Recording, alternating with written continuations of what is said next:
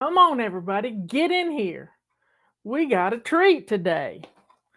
We've got a box that's been wrapped in just plain old craft paper.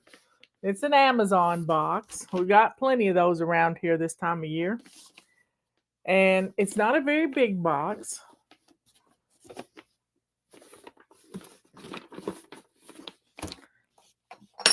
And we got ribbon. We've got some plaid ribbon, which looks really good on this craft paper. And I'm going to teach you how to tie one of my weird bows that I've been tying for a lot of years. Probably 30 years, maybe 35 years. I've been tying this bow. And I just pick up this is, it's 2.5 inch, 50 yards ribbon. And what I have always done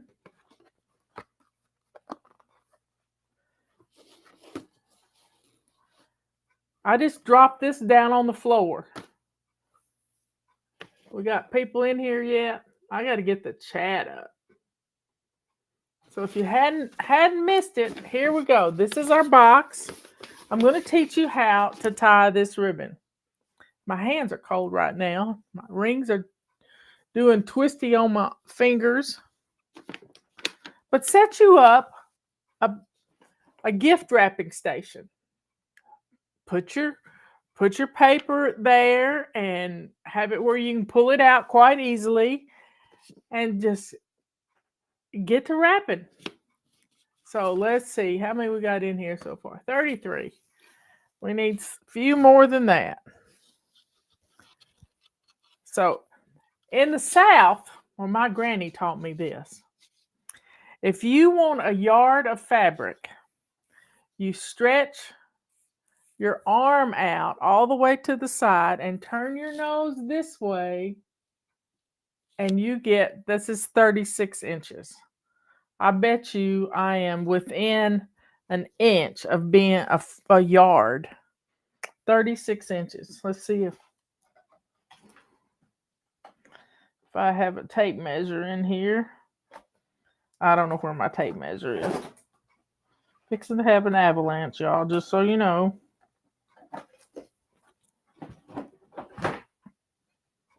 But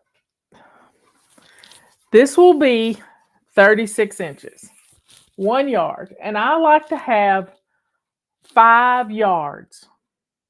Now, when you think about it, your package, you need to go around your package this way once, and then around the other way once. So that's going to be, okay, here is one time, and that's already the yard. And then we're going to go, this is going to fall on the floor. I'm just going to throw it on the floor so it'll roll. Then we're going to go around this way once. But I quit measuring many years ago. I quit measuring because this is already 1, 2 yards. 2 yards just to get around the box itself. So here we go. I'm gonna measure. Have we got people in here yet? We got 40 people in here. If you jump in, if you're just jumping in right now, back it up to the beginning or watch me finish up. So we're gonna measure 1, 2, 3, 4, 5 yards. And I know that sounds like a whole lot. Y'all, I threw an AirPod into the floor. And the do it now principle kicks in, y'all. I'm cutting this at an angle. And I use my paper cutting scissors. I got to go down and get my AirPod or I'm going to step on it. The do it now principle kicks in.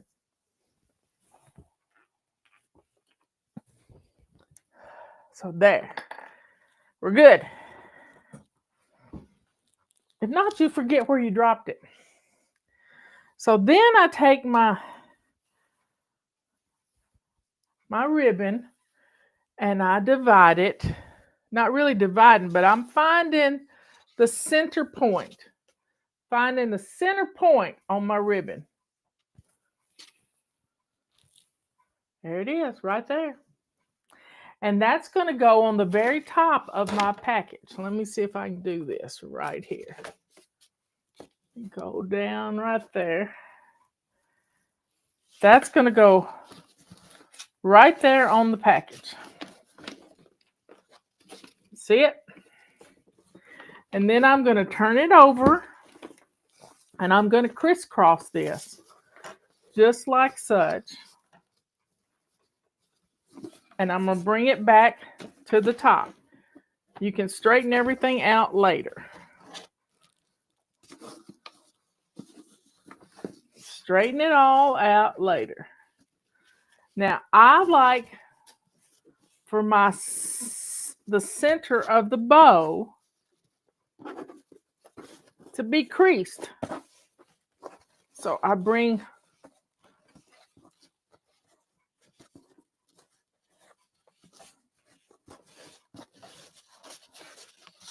pull that through that way.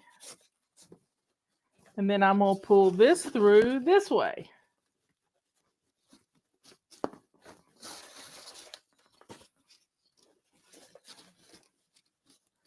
And then I tie just a simple half hitch.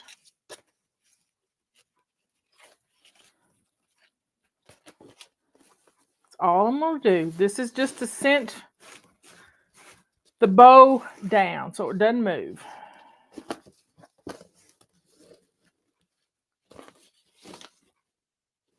There that is. Now, I told you about the bunny ears, how we teach our children to tie their shoes. I don't even know if people teach children to tie shoes anymore. But we take our bunny ears, and I like to untwist the ribbon so it's more flat. But you got a bunny ear right there. And you got a bunny ear right there. See the bunny ears? Simple bunny ears.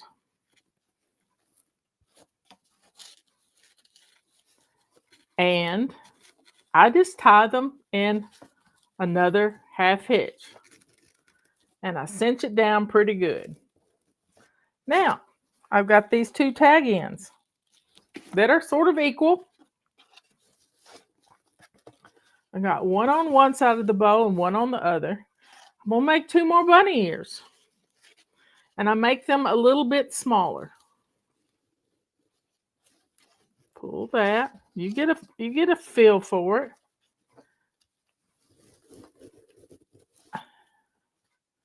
And then I'm going to take two more bunny ears. Look here. Two more bunny ears.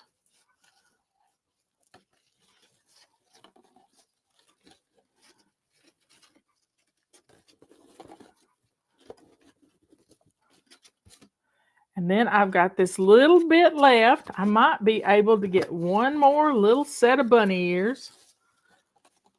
One more tiny little set of bunny ears. Right there. And then I'm going to fluff the bow.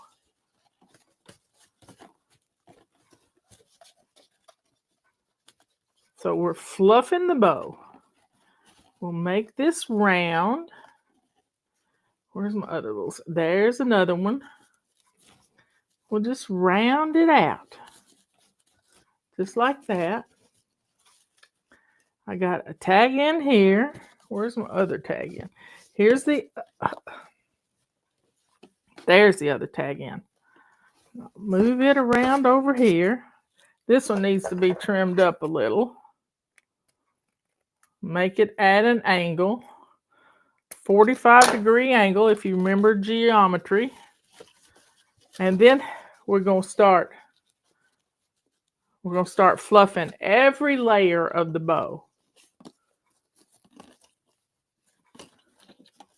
Every little layer of the bow.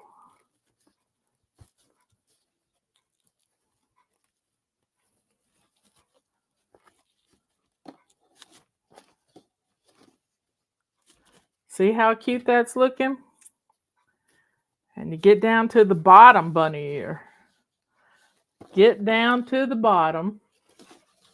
Now we're going to go on to this side. We're going to fluff this one. It's just rounding it out and letting that wire do its thing.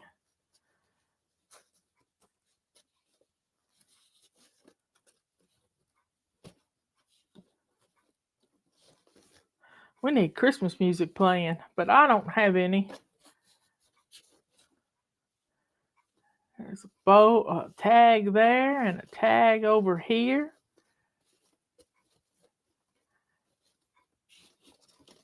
And just look how pretty that is. You can fluff it all you want to. And guess what? It's looking pretty good. Looking pretty good here.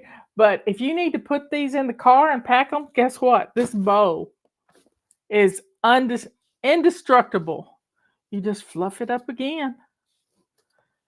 And sometimes you can curl the tag in so they stick out and up. And it's all about having fun. And it takes 5 yards of ribbon in one piece. And then all you do to unwrap the package is grab a tag. Y'all are gonna love this. You're gonna love this. Grab a tag, hold the bottom part, and just pull. And it's unwrapped. And you don't have to cut anything. There's not any knots in anything. It's just little half hitches. And you're good to go. So folks, try my bunny ears. It works and it's fast.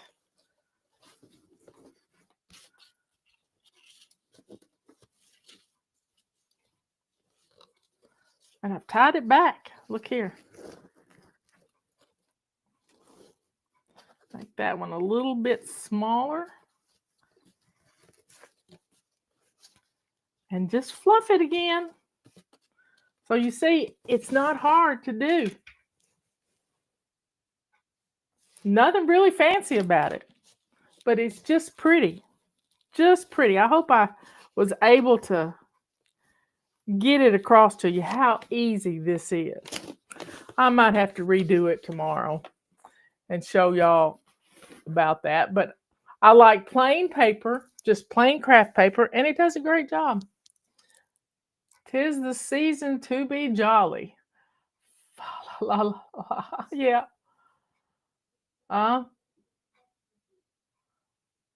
You could sing Christmas tunes, yeah, but then I can't sing and tie a bow at the same time. I'd have to have some background music. Robert's got cookies in the oven, so yippee skippy. So y'all try my bows. It was like a 15-minute lesson. Anyway,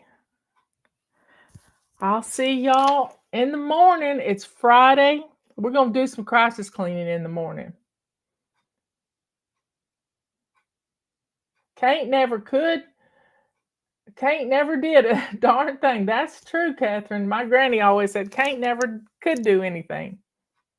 So y'all have some fun wrapping some presents. Put on some fun music and enjoy yourself. I'll see y'all later. Bye. Come on in here, everybody. I know I'm late. I apologize. But I got a last minute phone call from somebody I haven't talked to in months and months and months, and we just had to catch up just a little bit. Anyway, come on in here. Come on in here. Should I play a song to get us started? Let's see. I don't know what I want to play.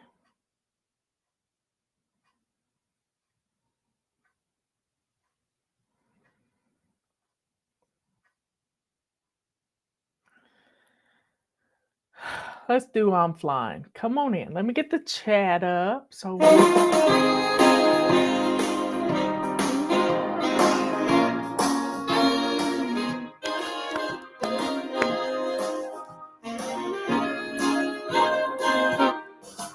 well, my sink is shining, but I'm not whining, I'm flying.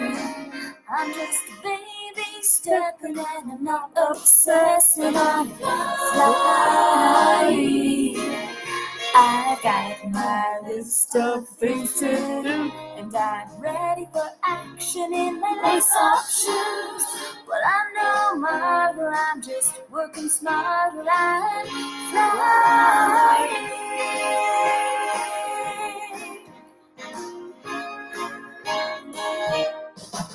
Well, these piles of clutter could be blessing others, so I'm flying.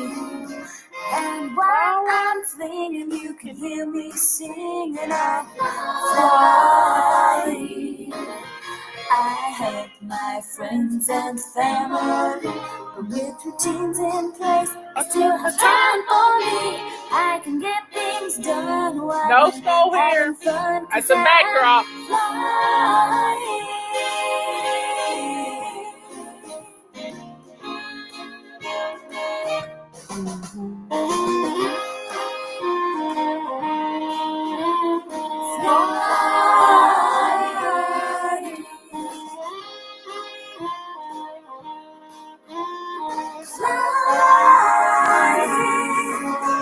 I have no wings to sing the blues. Do you know the system? Have you heard the news?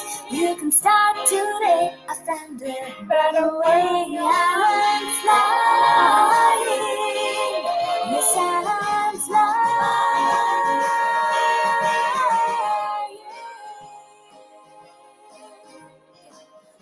Do, do, do, do, do.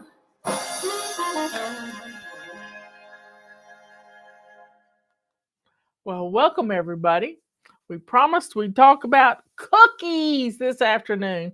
I know when Justin was a baby, he loved a Cookie Monster, the blue Cookie Monster. Cookies! He just loves it. Now that's been 49 years ago, just so you know. But put nothing better than a warm cookie in your hot little hand and excited about it. But I made cookies all the time when he was growing up. In fact, he grew up with breakfast being homemade cookies straight out of the oven. Straight out of the oven. So it's hilarious. Yes, and they ate cake too. Now I wasn't big on now. I like the days we had homemade biscuits and eggs. We made bacon, egg, and cheese biscuits too. So C is for cookies. Yes, ma'am, it is.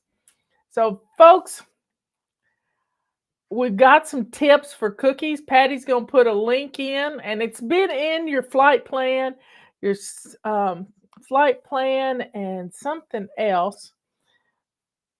Oh, the Fly Lady Express. It's been in there. I've left it in there. There's cookie tips, and then there's my triple recipe for cookies. And if you have my book, The Chaos Cure, right there, The Chaos Cure. I don't know why that's not showing up. There's a whole section on cookies. And you can make cookies from brownie mixes and all kinds of stuff. You just have to adapt them just a little bit. Anyway, get on in here. So, those of you who have favorite cookie recipes and you've got them where you can copy and paste and put them in there, share them with everybody. Y'all just start sharing your favorite cookie recipes. My favorite cookie recipe is on the bag of Nestle's chocolate chips. And it's just a simple recipe. It's got half sugar and half brown sugar, and that's the cookie I've always made. And I, instead of using plain flour, I use self-rising flour, so I don't have to do any of those other things, baking soda or baking powders or whatever. And then my favorite tip for cooking anytime you go into the kitchen is start with a sink full of hot soapy water. Make sure your countertops are cleared off, but this sink full of hot soapy water is going to pre-wash everything before it goes in the dishwasher. And it just makes everything so smooth for cleanup, because a lot of times we don't want to get in our kitchen and mess up our kitchen because it's clean. But starting with a clean kitchen is just wonderful. Now, we have a whole section on our website about cookies. I mean, we've got hundreds of cookie recipes that people have sent in, but I have a surprise for you.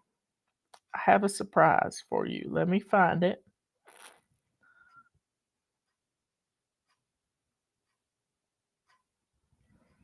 We got in the feather dusters. They came in a day before they said we would have them.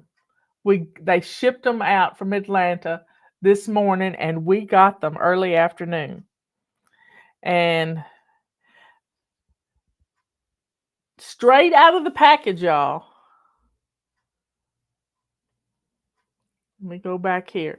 I'm going to flip this away. And you can see Justin twirl it just a little. That's what they look like straight out of the package, not poofed or anything. They don't have a purple feather in them, but they're the premium feathers, and we absolutely love them.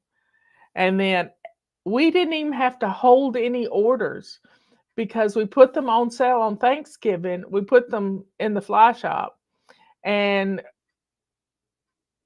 we have to fill all the orders that were before that, and we're shipping them out right now, ready to go. So we'll be totally caught up. We're already totally caught up. This is great.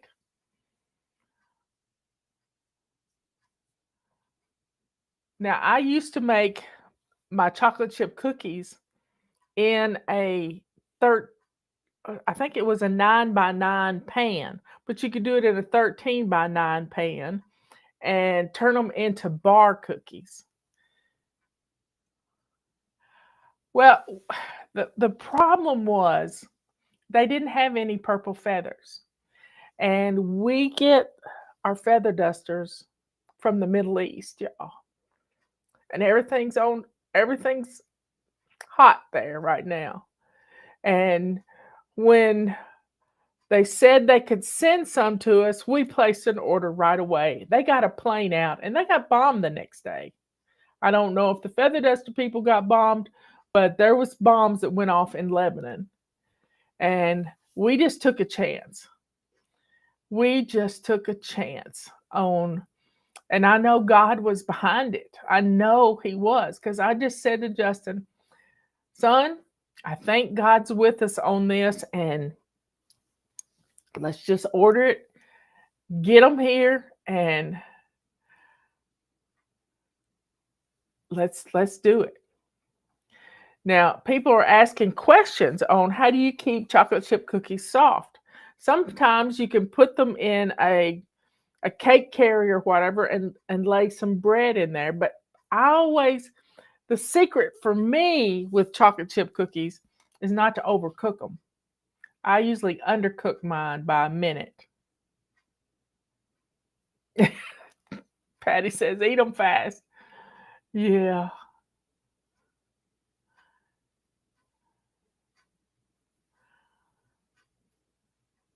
Celebrate 38 years. Well, we're celebrating 27. And I'm thankful. I am thankful. We want to go eat German food, but we don't know. We just never know. Uh, I buy brown sugar by a 6-pound package. Robert said, "Why did you buy that much brown sugar?" And I said, "Because we go through it, and because especially during cookie time." But making the cookies, you can't cook the cookies the day you make them. That's just one of the rules. You can't do that. I like to put them into logs like you would. Now you don't buy cookies like that at the grocery store, but you could buy look like a sausage log, and you would cut the cookies up and divide them into 4 parts and then put those on the cookie sheet. I still do my cookies like that. I wrap them up in saran wrap and form a log out of them and put them in the refrigerator. I put them in a Ziploc bag, and then that way the dough gets firm. They don't spread out on you.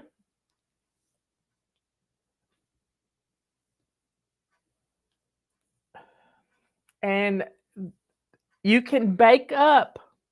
You could take a slice out of each one of them, and you're going to have a dozen cookies, assorted cookies. Because when I make my triple pack, I triple the recipe, and then I add in oatmeal, and I add in chocolate chips, or add in M&Ms, or a bunch of chopped pecans. I get 3 different types of cookies. Nobody's posting any cookie recipes.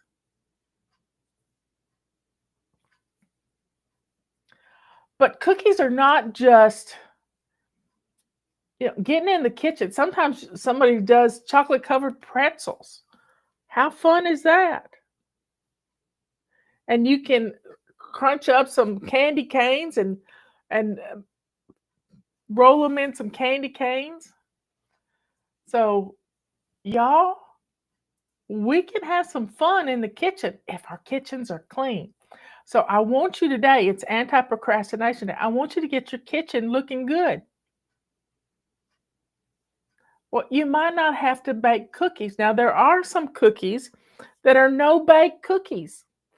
And I know Rebecca's husband, Tanner, he loves these things that have oatmeal in them and chocolate, and you stir them up. And I don't even know what the name of them, the name is. So, and I've made some rum balls. Maybe you don't want to make cookies. You make sausage balls and freeze them. Sausage balls and Bisquick or some other kind of biscuit package. Somebody I saw made sausage balls with like a Hooters biscuit mix or something. I don't have a clue what it is. But what is Robert's favorite cookie? I think he likes his little old lady cookies best. It's an oatmeal based cookie. He's been playing with some chocolate cookies, and it just, he didn't get enough chocolate in it, and he made another batch. And guess who eats them? He doesn't eat them because he doesn't think they're worth the calories. But I'll grab one here, there, and yonder. He says that's what they're for.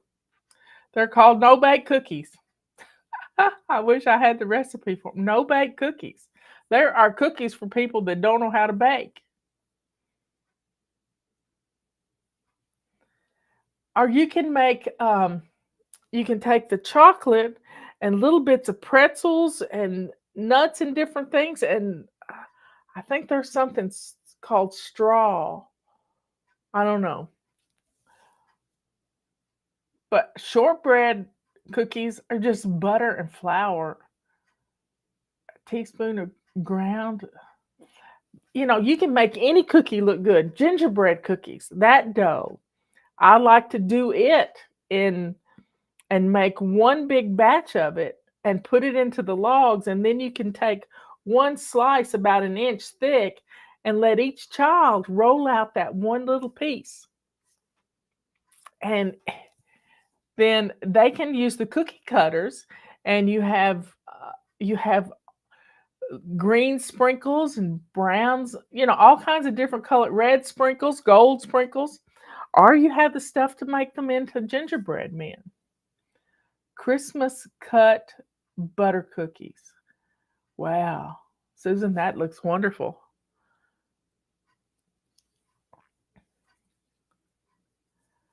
Ginger snaps. Oh my. I like the gingerbread cookies are sort of they're brown and they're like ginger snaps to me.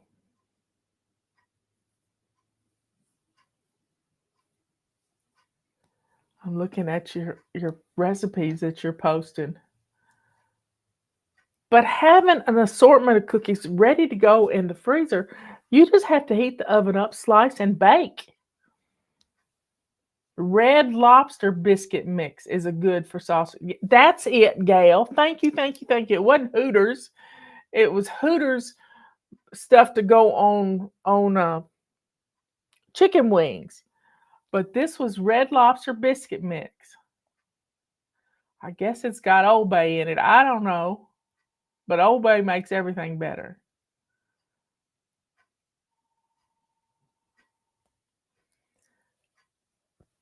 But decorating cookies, having fun with them. Maybe you can get a squeeze tube of just that icing that would outline things. And just have an afternoon with grandkids making cookies. You already got the dough made. There's no mess. It's just having fun and making memories. Maybe y'all could plan on that for Saturday. But bar cookies and oatmeal cookies. Oh, oatmeal raisin cookies are some of my favorite because they can pretend to be healthy. I had a friend that lost 100 pounds with oatmeal cookies. That was her treat.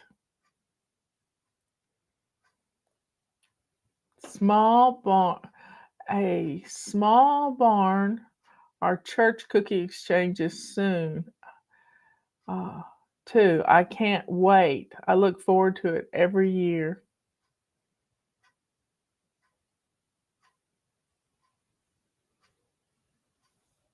Well, you just have to practice. That's what Robert does. He practices making his cookies.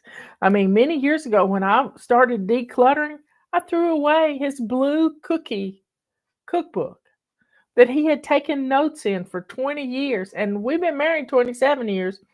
And he'd been keeping notes in this cookbook. And I was going to take it off. It's sitting in my truck. I take it done, like I said. Took the box straight out to the truck. And he said, "What are you doing?" And I said, "Well, I'm decluttering cookbooks." And he said, "Where's my blue cookbook?" And I said, "It's in the truck." And I went and rescued it for him. I've never touched that cookbook again. Never touched it again. So he loves that cookbook. And he has made cookies out of that cookbook every Christmas. Every Christmas. So maybe you make candy. I saw somebody making peanut brittle yesterday. And today I saw somebody making date. They bought some dates and they took the seed out and they put a piece of cheese in it, or they melted something in it. I don't know what they melted it, and they sprinkled almonds on top. If we'd made the cookie dough in October, it would have needed to have gone in the freezer. Right now, it might not need to go in the freezer, but you could freeze it, and then you just stick it in the refrigerator and let it thaw up.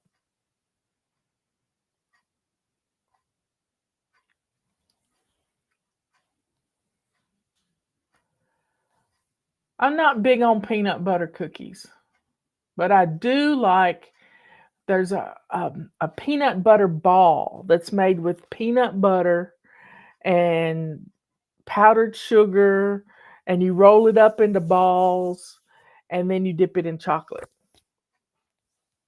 I love those.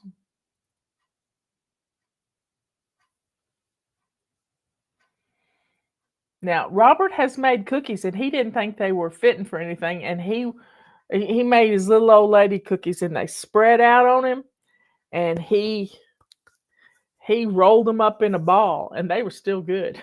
Michelle and I really loved them. Chocolate balls are my favorite. Yeah, peanut butter chocolate balls. So you don't really have to bake to be able to put together some Buckeyes. That's what they're called, Judy. Thanks. That's what they're called. So they're pretty good. And I was talking about the cookies that have the powdered sugar on them. Somebody called them wedding cookies yesterday.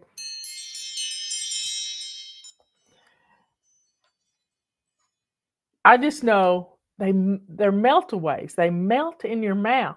Now I have taken a chocolate cookie and done little balls out of them and rolled them in the powdered sugar and then bake them, and they become chocolate crinkle cookies.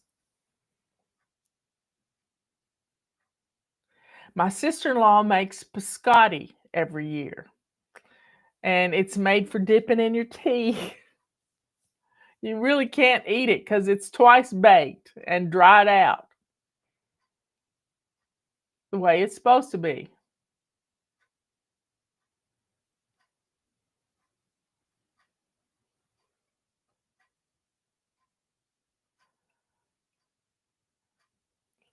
And I know Jack used to make at Christmas time, he would just bake lots of cookies. And I don't know if he's going to be able to do it this year. He did have a good doctor's appointment yesterday, so we're real happy.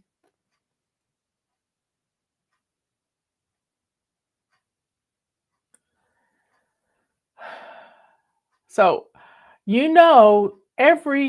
have a whole section on our website of cookie recipes, whole section. And then we have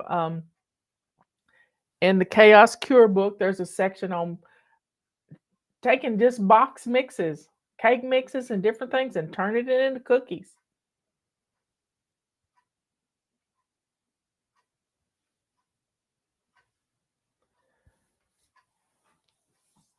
But you don't have to bake to make something little and put it in your hand and let the kids have fun with it. And another favorite thing of mine to have is parchment paper.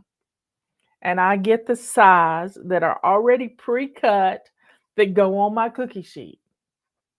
And I have and and once they get through cooking, I take them out of the oven and slide it right on to my rack for cooling the cookies.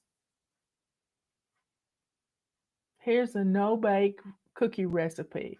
2 cups of sugar, 4 tablespoons of cocoa, 1 stick of butter, a half a cup of milk, 1/2 teaspoon, let's see, 2 teaspoons of vanilla flavoring. It's going by so fast. 4 ingredients. Bring to boil. You just have to boil it. Pour oats in, peanut butter, and nuts, and stir it together. I bet you put that out on wax paper.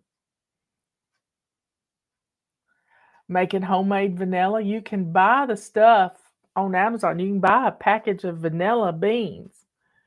I gave them as a gift one year.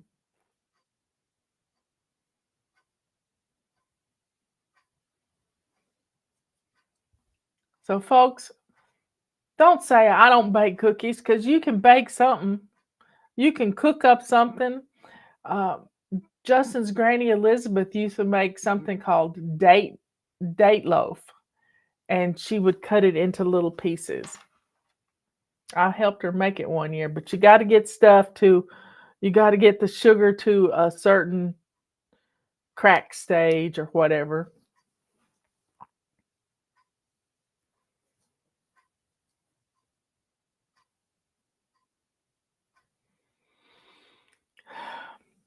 Y'all just got to have some fun, but make sure your kitchen's clean. Make sure your dishwasher is empty. Make sure you have a sink full of hot soapy water. Get your mixer all cleaned up and ready to go. I love my stand mixer, but if you don't have a stand mixer, you can use a hand mixer. Robert never uses a mixer. He just stirs things up with his hands and does small batches.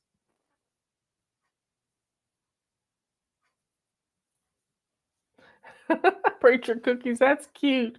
You made them fast when you heard the preacher was coming. That's a good idea. Ta-ta fudge.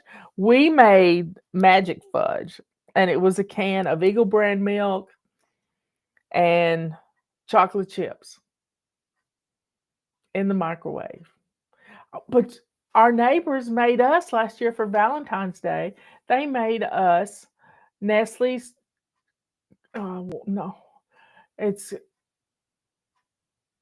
what are they called?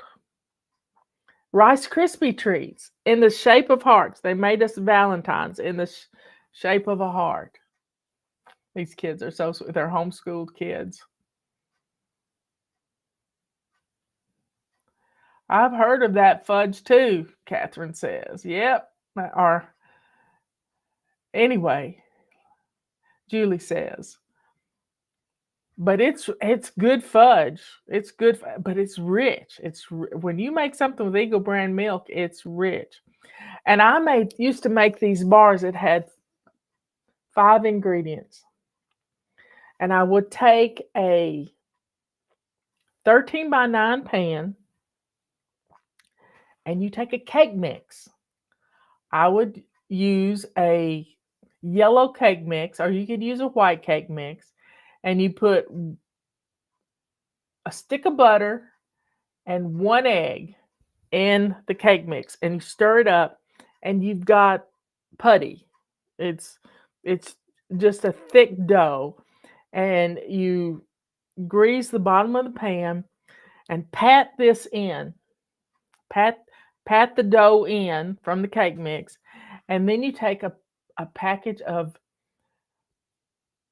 confectioner's sugar, that's powdered sugar, and 5 eggs, and a softened package of cream cheese. And you pour that over the top, and you bake it at 350. And you've got the most beautiful custard bars you have ever seen. And they're just they taste wonderful. I haven't made them in a long time, but I might have to make some of those.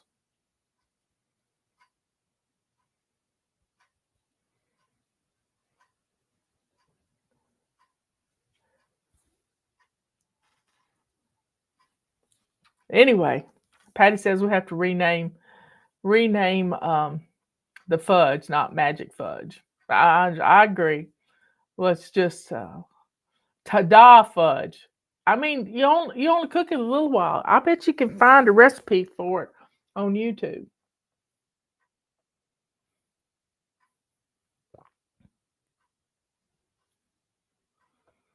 But these are custard bars, and they're just wonderful. And you could turn them Christmassy if you wanted to. You can put some vanilla flavoring in, or you could put some peppermint flavoring in them.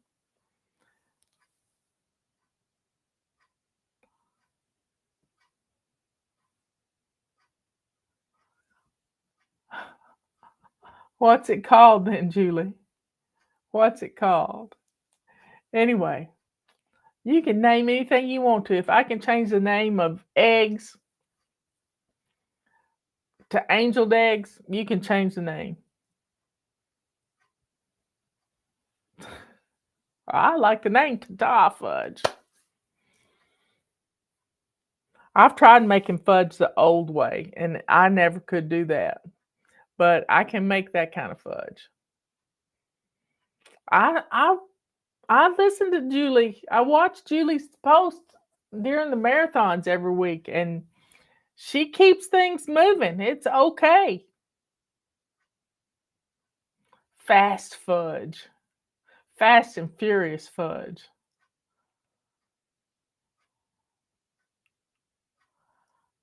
And you named it, Julie. You named it. A bag of chocolate chips, Eagle brand milk. That's all you need. And the difference between Eagle brand milk and evaporated milk is sugar.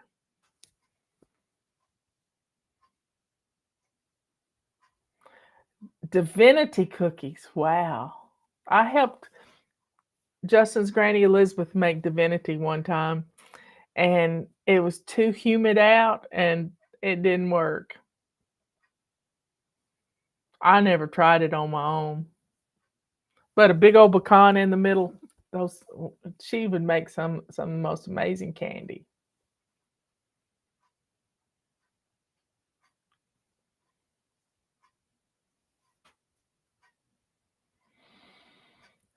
Y'all are just having fun, I'm telling you. Well, folks, we'll put this in the Christmas section.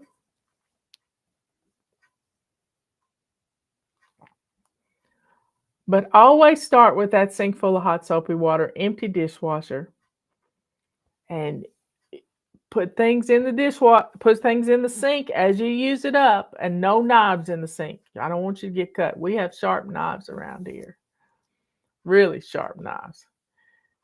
You can have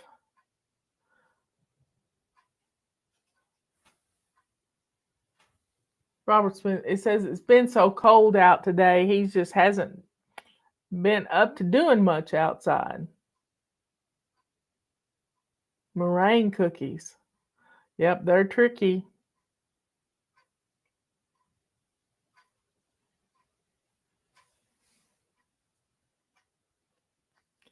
Anyway, folks, y'all have a good rest of the day and bake up a memory or stir up a memory. But when your kitchen is clean, it's so easy to get in there and do something fun.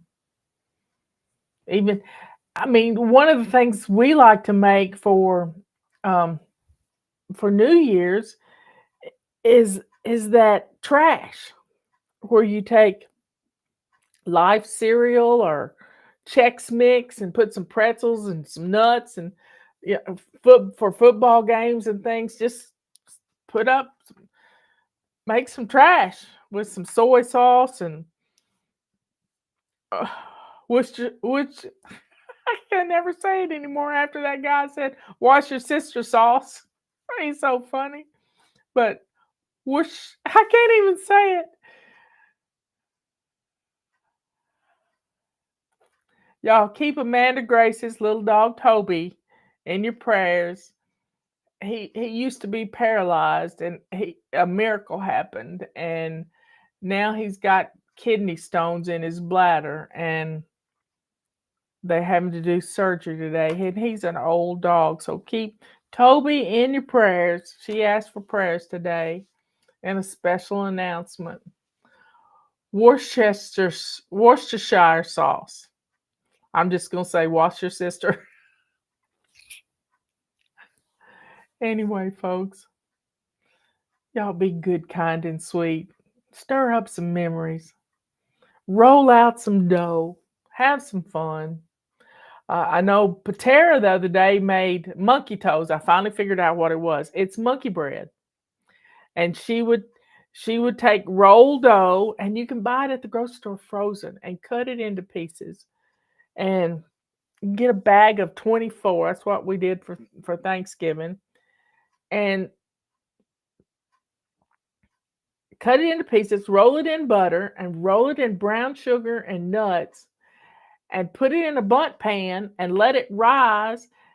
And or you can do it with biscuits. You can do it with lots of things, and make up some monkey bread. Monkey bread. Now my daughter-in-law doesn't like nuts and things, so I make her monkey bread. It's like cinnamon bread. This guy says that. I think he coined the phrase because he couldn't say Worcestershire. Thanks for putting it in there so I could figure out how to say it. So y'all have some fun in your kitchen. That's what kitchens are for. Kitchens are the heart of the home. And when you start cooking with empty countertops, a sink full of hot soapy water, You're going to love it.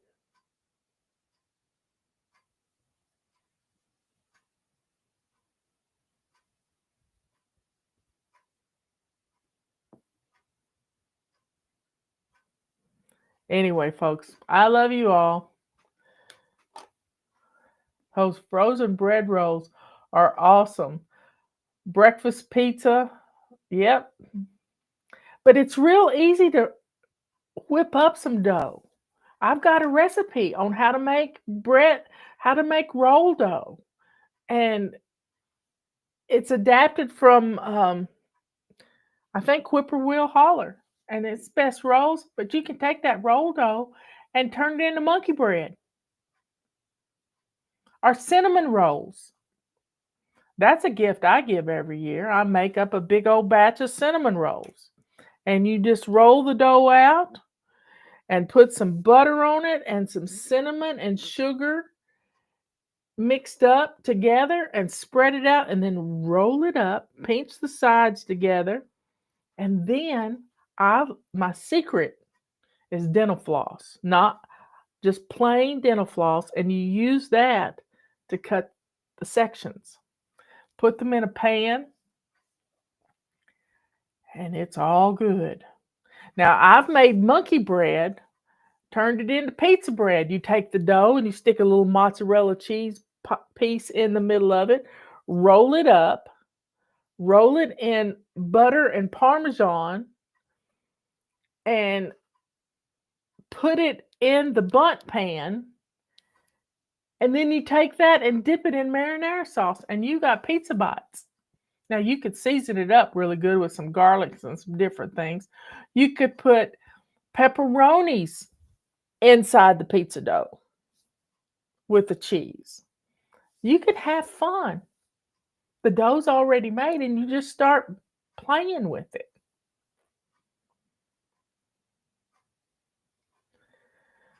Okay. I'll see you later. This is taking a long time. I was late, though.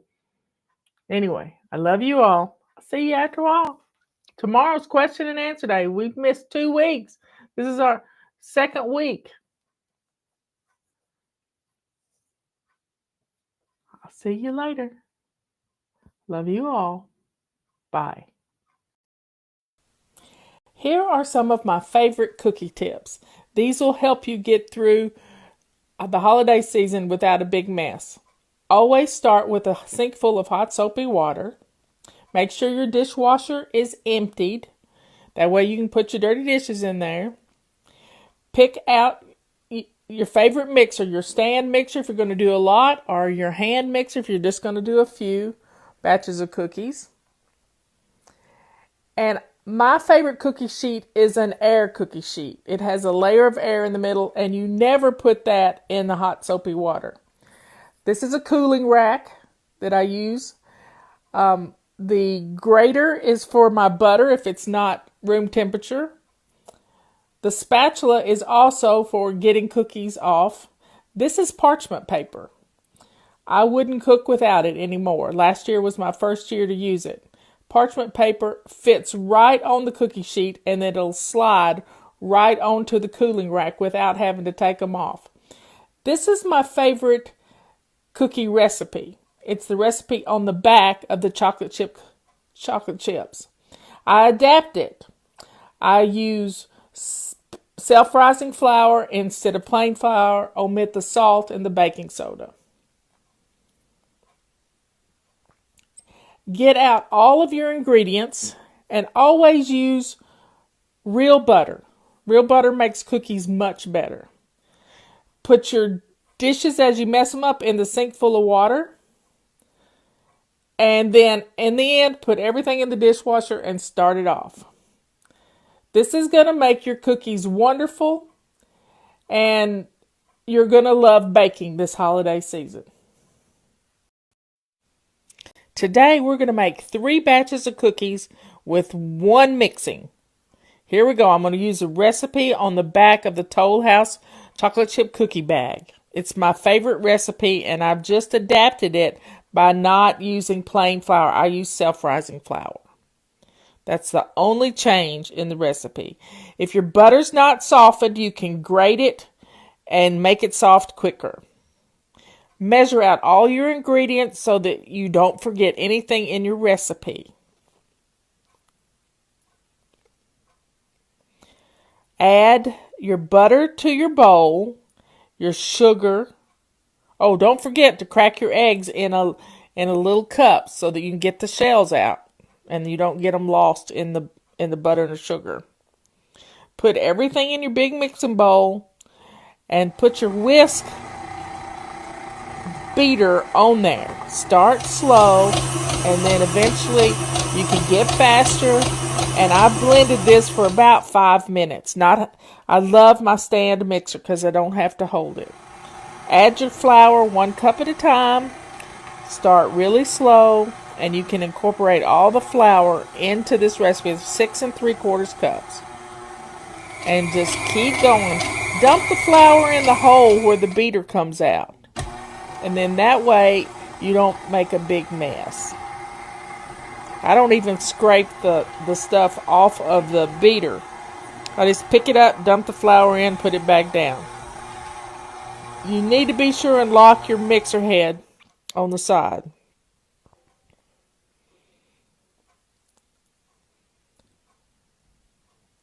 This is just a fun way to get a lot of cookies out of three recipes combined.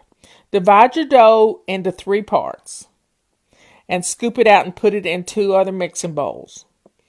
And then we're going to make oatmeal cookies now. 3 cups of oatmeal, a teaspoon of cinnamon, and some nuts. No, and some raisins. And then we're going to add the oatmeal to the dough, just like we did before, 1 cup at a time. And get it all incorporated. Doesn't take long. This is a pretty stiff dough, so using the mixer is a good thing. And then we're going to take the dough out of the bowl, pull out 24 inches of plastic wrap, fold it back over the top, and you're going to make a log. It's about a 3-inch diameter log. It's a fat log. And then we're ready to go to make our next one. And it's going to be chocolate chip cookies. We all love chocolate chip cookies. So I like to pound my pecan pieces, and I'm using Robert's gavel to do it, but you can use a rolling pin. In a Ziploc bag, it works well. You don't make a big mess. Dump it all in and take a wooden spoon and stir it together. Form your log again, and you got 2 different types of cookies now. Next, we're going to make pecan sandies. This is one of my favorite cookies. I like my pecans pounded very thin, or you can grind them in a food processor. But I didn't want to mess up another thing to clean. So I just stir them all together. Be sure and use a wooden spoon because I broke that red spatula while I was doing it. It's a pretty stiff dough. Form it into a log and put it with your other 2 logs in a big Ziploc bag. Stick it in the refrigerator. The key here is not to bake the cookies today. Do it tomorrow or whenever you want to. Slice a 1-inch section and divide it into 4 pieces. Put it on some parchment paper on your favorite cookie sheet. I like the air ones. And then you just have to slide the parchment paper over onto your cooling rack. And you're good to bake cookies. 3 different types. See you later.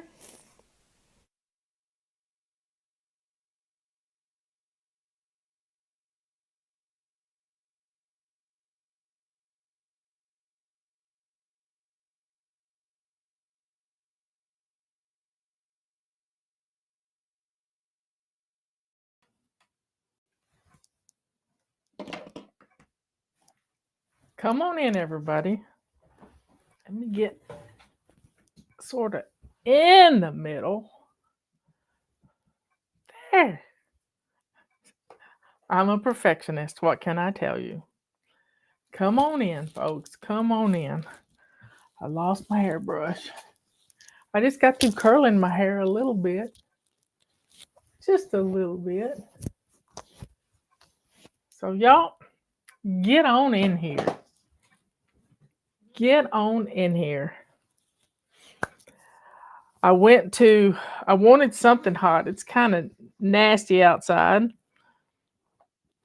And I went into my drawer and I got my bottle of Cafe Mocha. Let me get the chat up. And this is my little canister. It's an old-timey, but it's new. I think you can get it. This one's made by Fido. Anyway, you can get them at the dollar store. And they make great little jars of something you put together.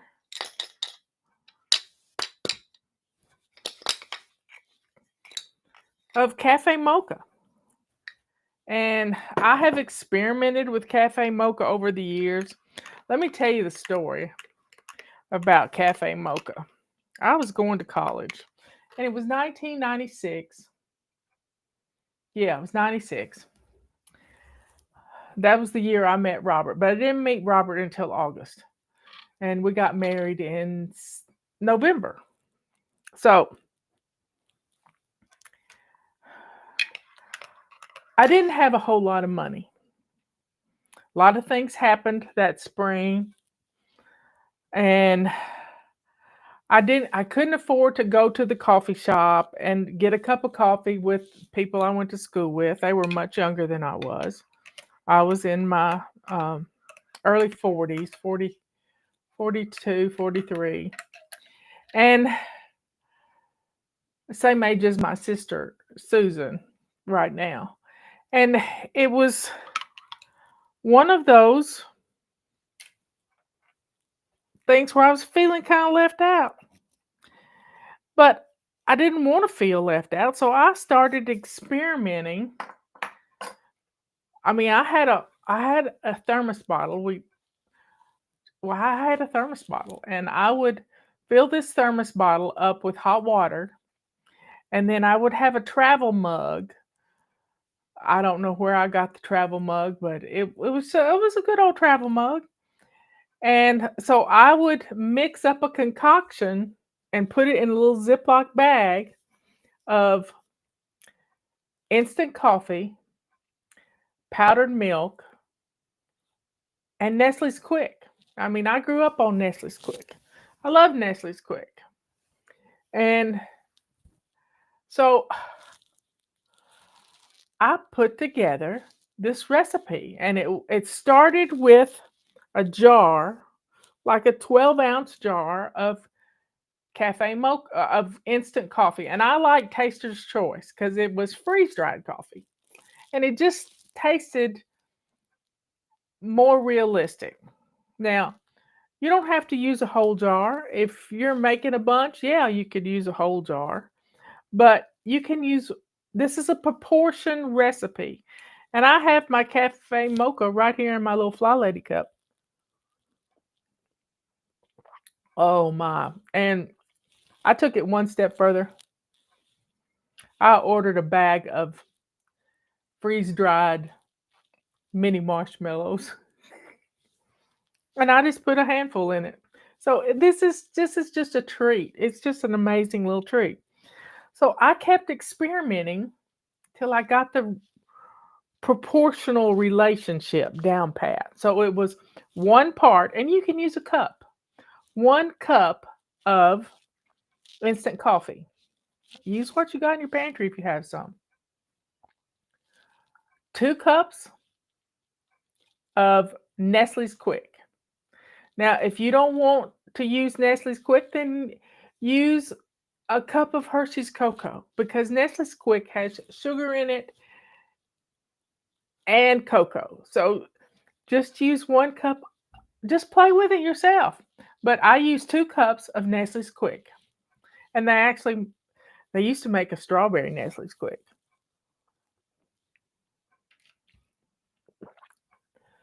Then I put 3 cups, and I've always had powdered milk on hand. I would use 3 cups of powdered milk. So it was a 1 to 2 to 3 proportion recipe of coffee, chocolate, and powdered milk. Now, here's some variations on a thing. If you want to make a pumpkin spice latte, really all that milk is just turns it into a latte. Put a little bit of you don't have to use the chocolate. You could use brown sugar and some pumpkin pie spice. You don't even have to put pumpkin in, just the spice of a pumpkin pie. A couple of tablespoons of that in it with the powdered milk, and you have got. They still make strawberry Nestle's quick. That's interesting. But you have a wonderful hot drink in the afternoon with just a zap of caffeine to keep you going till dinner time. I usually get really sleepy about the time after dinner, about 7 o'clock when Wheel of Fortune comes on. How y'all liking Wheel of Fortune with Ryan Seacrest? I still haven't gotten used to it. Anyway, this proportional recipe was just lovely. So I would take a couple of 1-ounce scoops and put them in a Ziploc bag. I'm coming back around to it and take my hot water that I had in my thermos. It was a Stanley thermos bottle I'd gotten at a yard sale somewhere. And I would mix up my cafe mocha mix in my travel mug, and I'd have a cup of something wonderful. I didn't feel left out of all the other people going to the coffee shop. I had what I needed, and I'd ride home. I lived up a mountain about 30 minutes from town, up a mountain road. It was 78 curves up that mountain road. And I felt like I had a treat. One Christmas, I cleaned out all my mugs. And they were pretty. I had some pretty mugs. And I washed them all up. I got some, I don't think I used Ziploc bags, but I used some freezer bags that you could tie a bow around, because a Ziploc bag doesn't look pretty when you tie a bow around it. But I put together, had the cup all clean and pretty, and you could,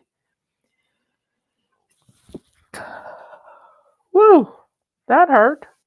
Don't stifle sneezes, y'all. You'll blow the top of your head off. Anyway,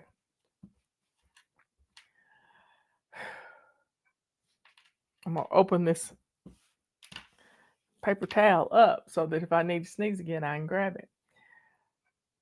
But I took some Christmas mugs that I had and turned them into a cup with a bag of cafe mocha in it.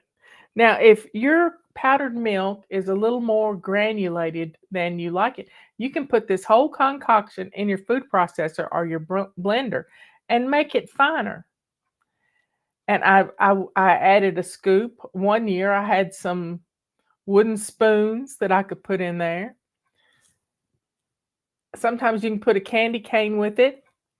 You can do lots of things with it and make it look pretty. But I gave it as a gift. Just a little friend's gift. Just a wonderful little gift. Nothing fancy. Just some mugs that I was getting rid of. And in fact, I've got some right now I could get rid of and do the same thing. Cafe mocha.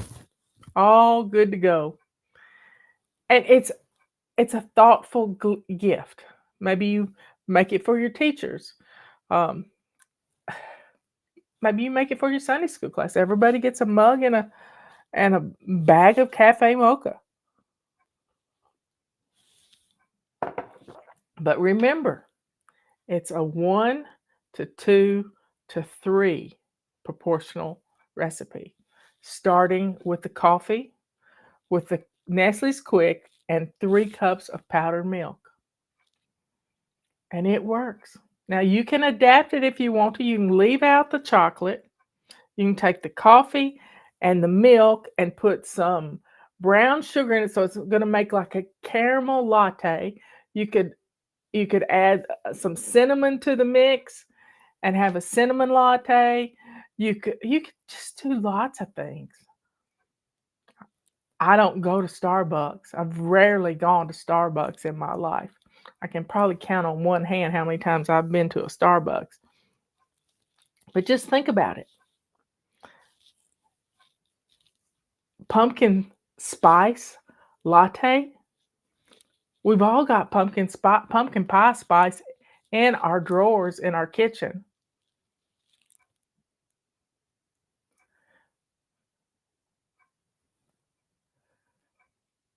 Powdered creamer has more oil in it, I think.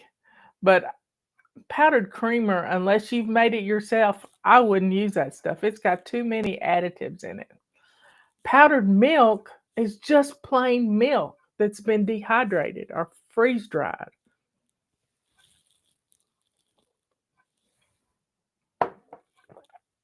So that's how the cafe mocha recipe came up. And I've tried to get a local company here to make some so we could sell it, but it always didn't taste right. It didn't taste like mine. And I use Taster's Choice, Nestle's Quick, and Carnation instant milk. Oh, thank y'all.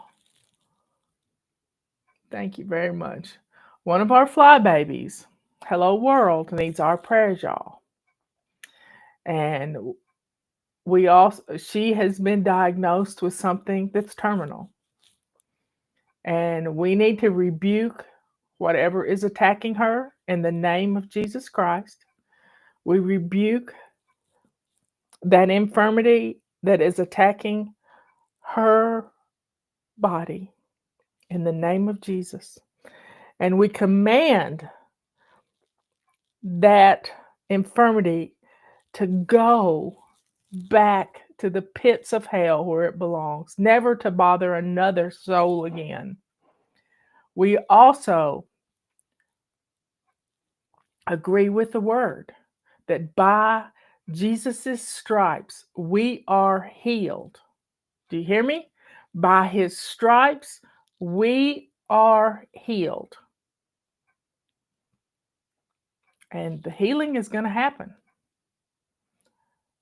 At this point, don't believe what the doctor said. I'm not telling you to ignore him. I'm telling you to put your faith in God. Put your faith in God.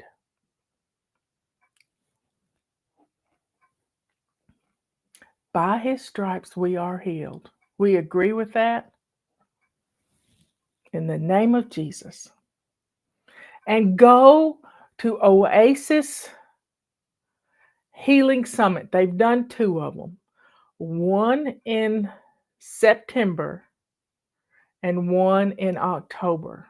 These are 2 of the most amazing healing services I have ever watched. And there's also a movie about the Azusa Street revival that is all about healing. I love you.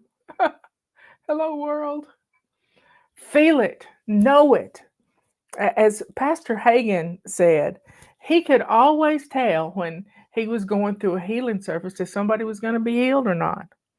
They'd say, I hope so. You got to know so, sister. You got to know so. You got to feel it in your heart. You got to know that the healing is there. So put your faith in the Lord and go watch the Oasis Healing Summit. Dutch Sheets was the main speaker. They had a chair on stage from an A.A. Allen meeting, tent meeting. Oh, I've never experienced anything like that. And I don't really think about me needing healing, but you know what I noticed the other day? And this is profound. It's been years since I could get my wedding rings off. I mean, my fingers swell, my toes swell. I have no inflammation whatsoever. None. And I give it all the glory goes to God. I didn't ask for healing, but all of a sudden, night before last, I could take my rings off. Not that I take my rings off, but look at this. Look at it.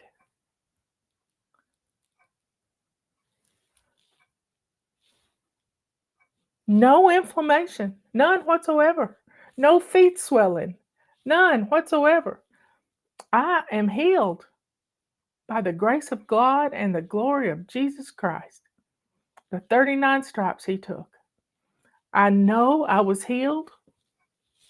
I didn't ask for it, but other people have not asked for healing and they got healed. They had a testimony from a couple they were in the balcony and people were going down to get prayed over, and they didn't go down because they just didn't go down. But they had an appointment on Monday. This happened on a Friday. On a Monday, she was supposed to have kidney surgery or something. And you know what? They did some last minute exams and they told her she didn't need to have surgery. Her husband was supposed to have knee surgery in a couple of weeks. His knees were totally healed. So, folks,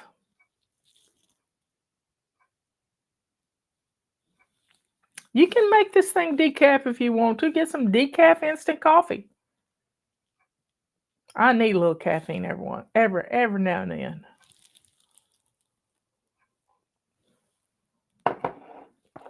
And start laughing.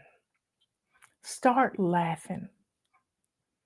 One of my favorite things to laugh at are funniest home videos, the animal editions of them. And they're online. They're on YouTube. And animals can be so funny, just so funny.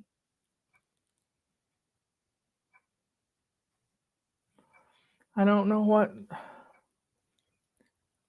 what's going on with Tracy. I'm getting in, asking for prayers for our family. Our mama passed away a week ago today, and we had her funeral yesterday. She was 86. Praise the Lord. She's 86. How beautiful. How beautiful. I pray for the family, Tracy. I pray for you and your family. Funerals are hard. I told Robert I couldn't go to Charles's funeral. It probably means I won't have anybody at mine, but that's okay. It don't matter. I'll see him later. Anyway, praise the Lord. Put all your faith in him. All your faith in him. You can't sit on a fence when it comes to faith. And the Bible tells us the faith of a mustard seed can move a mountain from here to there. It doesn't take much. And sometimes it takes a step forward in transmitting that faith. One of the things I remember from the Azusa Street book that I read. Now, Azusa Street was in LA. It was an old stable.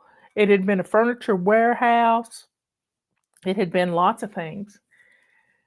And they started having church services there. And one of the things when people would get prayed over, I mean, the glory of God came down. The fire department was contacted because they saw fire coming out of the roof. It was a fire. It was a glory of God because people would come into this presence of this fog in the room. The children played hide and seek in the fog, and the children were healed. One little girl couldn't hear, and she couldn't go to school because she couldn't hear. I've seen an interview with that woman on the internet. All you got to do is look it up. Girl healed of hearing. But they would take a step out in faith, like somebody needed to walk. They haven't walked in years, and they were in a wheelchair, and they were brought into the stable in a wheelchair. And so the people that were ministering to them, the first thing they do is that they, before they ever started praying over them, was lift up the little flaps on the wheelchair that hold the feet. Lift them up. Because a lot of people stood up and tripped over those little flaps. They were so excited that they could walk. So folks, take that step. Know that you're being healed. Know it. Whatever it is for you. Whatever it is for you. But watch the Oasis Church. Dutch Sheets' brother, Tim, who is the pastor at this church, they started praying over him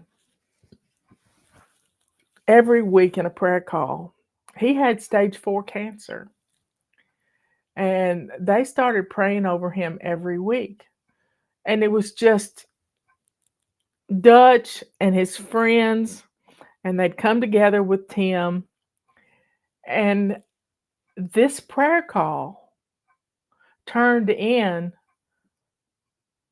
to this healing summit. They've had 2 of them. I think they're going to do one every month. They might even start doing them every week. I don't know. But if you can't get there, you can watch it online. There are hubs of people all over the world that are streaming it live.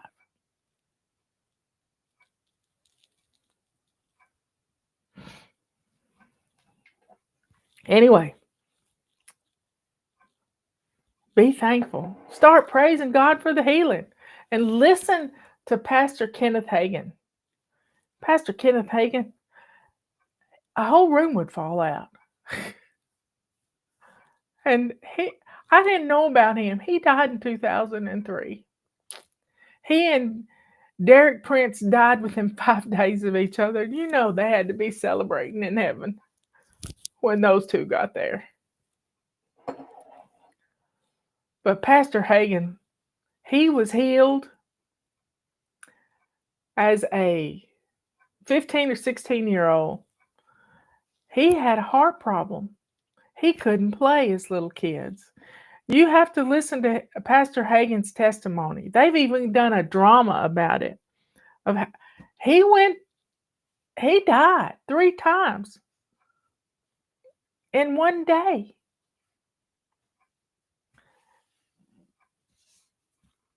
And it's just a powerful drama that they did at Rhema Bible College, Bible Church. Just powerful.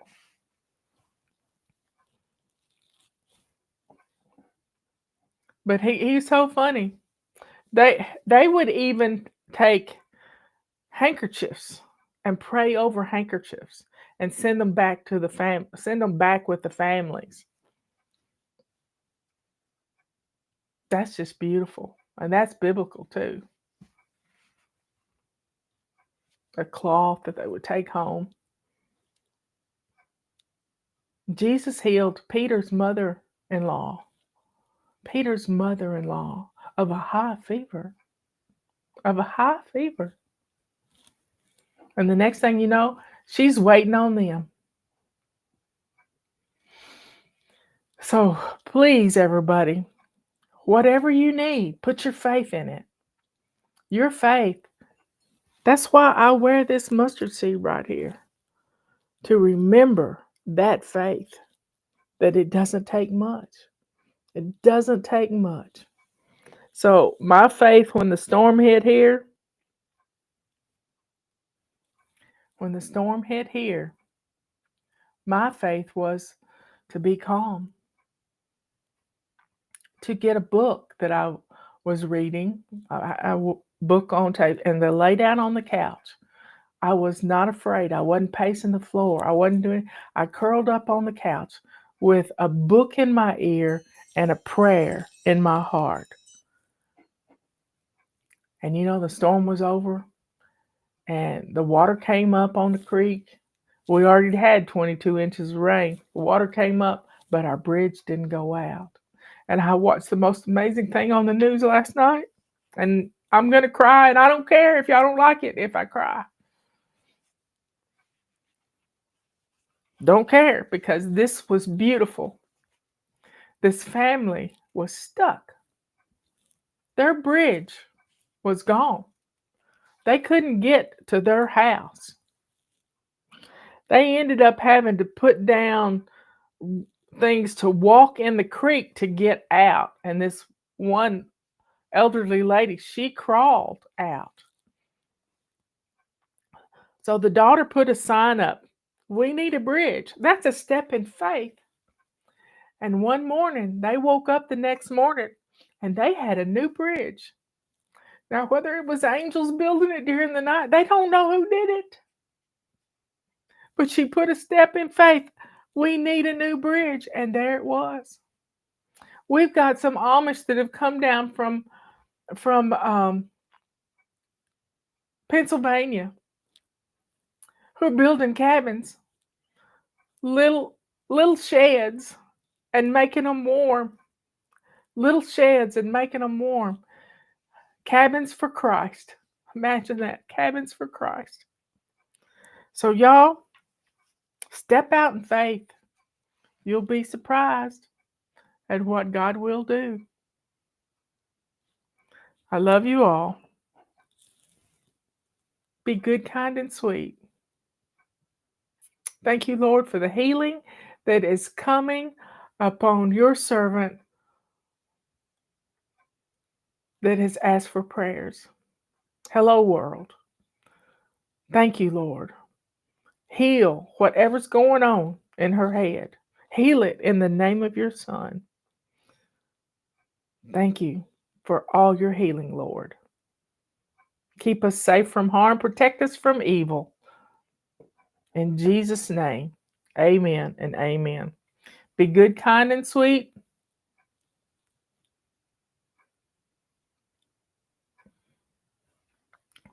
Be good to yourself. By exercising your faith, sometimes it doesn't take much at all. Be kind to others by sharing this little exercise in faith. Step out toward what you're looking for. Start praising God for it the minute you ask for it. That's part of stepping out in faith. And let that joy that's in here show the world who you are, a child of the Most High, the only living God in the cosmos. Here's to seeing Him one day, worshiping at His feet. I love you all.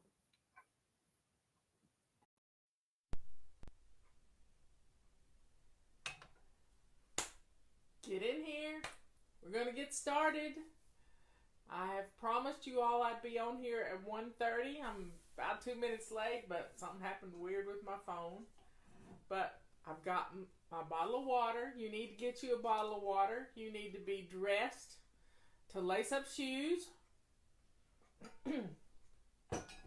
And we're going to get started with crisis cleaning. So here's how it works. We're going to spend 15 minutes. I have my trusty timer right here. And I am going to turn it up where it makes a racket. Yep, it's going to make a noise. And I'm going to set my timer for 15 minutes. And we're going to start in our kitchen. It is the heart of our home. And this is exactly where we're going to start. Now, this is, let's just say you get a call from somebody you went to high school with, and you haven't seen them in 20 years, and they're in your neighborhood. I mean, they're gonna be coming to your town, and they'll be there in an hour, 15 minutes tops. Yep. So this is what you do. Okay, so you're dressed to lace up shoes, and you're going to set your timer for 15 minutes. Are you ready? And we're going to our kitchen.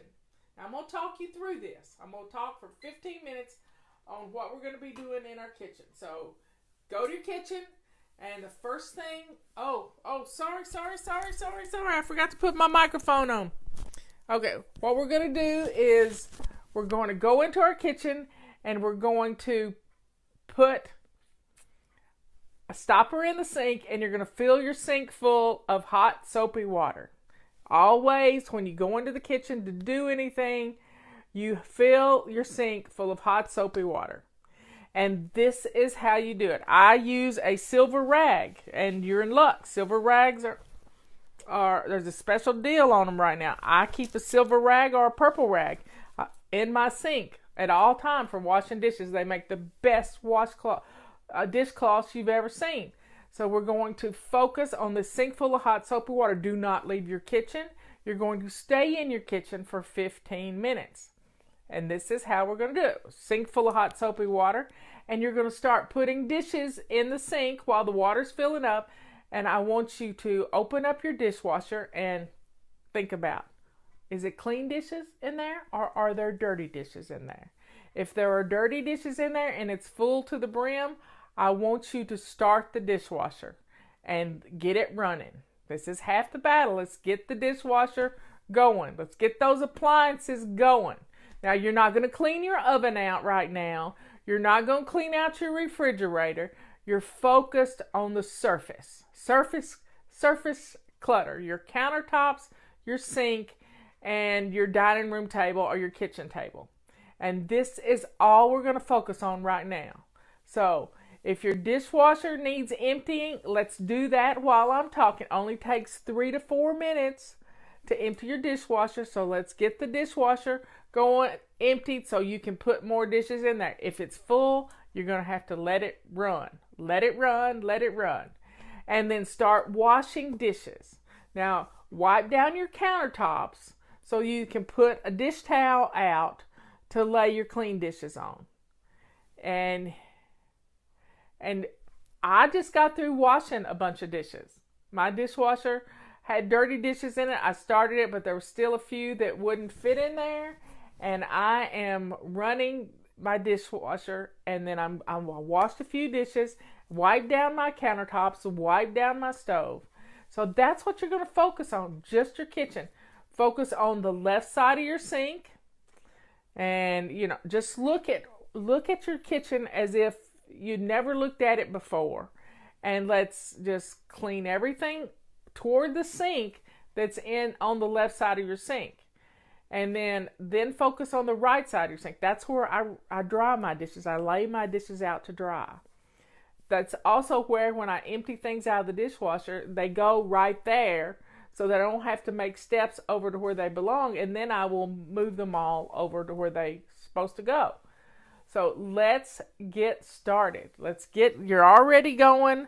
We got 11 more minutes to go, and it's going to be fun. We're going to get this kitchen clean, and the kitchen is the heart of your home. It really is.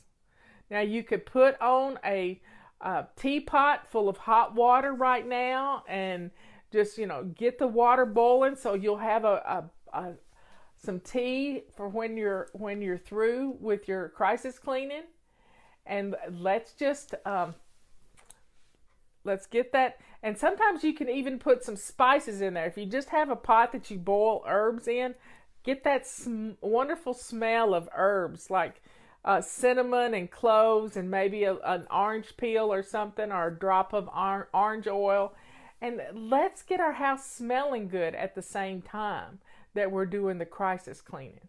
Now, as you've got the dishes soaking, sometimes you just need to let them soak a little bit. Don't ever walk away from your sink with water running, but put the dishes in the hot soapy water, and then let's take that from that point and let's look at our floors. You know, the floor can be kind of a gross situation, and I want you to get some hot water and put on your mop cloth. And let's mop our floors. It doesn't have to be perfect. It just has to be done. Just a quick once over. Done.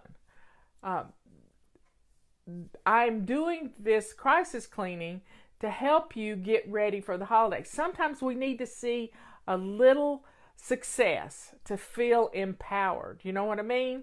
Let's feel a little success in what we're doing, and then that way we're spending 15 minutes in our kitchen. So let's mop real quick, just the floor, around the sink, around the stove, just a quick and dirty mop. Just a quick and dirty mop. It doesn't take long. It just has to be done. And then you can take that mop cloth and put it. You can lay it out under your sink to dry, or you can take it to the wash machine and throw it in the wash machine and turn it on. You know, it's all about getting those appliances running. That's what we used to say. You know, just get the appliances going, and it'll look like you're doing something. But this time we're really using a little elbow grease, and we're getting things done. Getting your kitchen clean, that is the heart of the home. So when your friend gets there in an hour, the tea water will be simmering, and you can pour you a cup of tea. You can already have your own cup of tea, because that's what we do at the last thing. So we've spent 7 minutes already, half our time's done in our kitchen, and we're staying focused. This is focus on your kitchen. We're not leaving the kitchen for anything. We're focusing on our kitchen. And then when you get through emptying the dishwasher, and you can add more dishes to your dishwasher and run it again, or you can just keep washing dishes. Just don't expect them to just magically get done by themselves. Wash the dishes, rinse them, lay them on your dish towel, and before you know it, your kitchen is going to be looking good. Now, it doesn't take long to do the floor. So you've done the floor. I want you to rinse out your purple rag or silver rag. There goes my magic wand. Purple rag or silver rag. And I want you to take your cloth, and we're going to wipe down our stove. Now rinse it out really well. Do not get distracted. Kitchen only. Yes. We're going to take our purple rag, and we're going to wipe down our stove. We're going to wipe down. I have a glass top stove. It gets to looking pretty rough. And I have a single edge razor blade. So don't go looking for a single edge razor blade if you don't have one handy in your kitchen drawer. But I use that to scrape off things around the circle on the eyes of my stove. But if you don't have one, don't worry about it. Don't go looking for it. We don't want to get sidetracked. You hear me? No getting sidetracked. Wipe down your stove surface. And if your grates look pretty rough, don't worry about those either. Just leave them on the stove, because it's going to look like it's part of the stove. And then we're going to wipe down our oven front.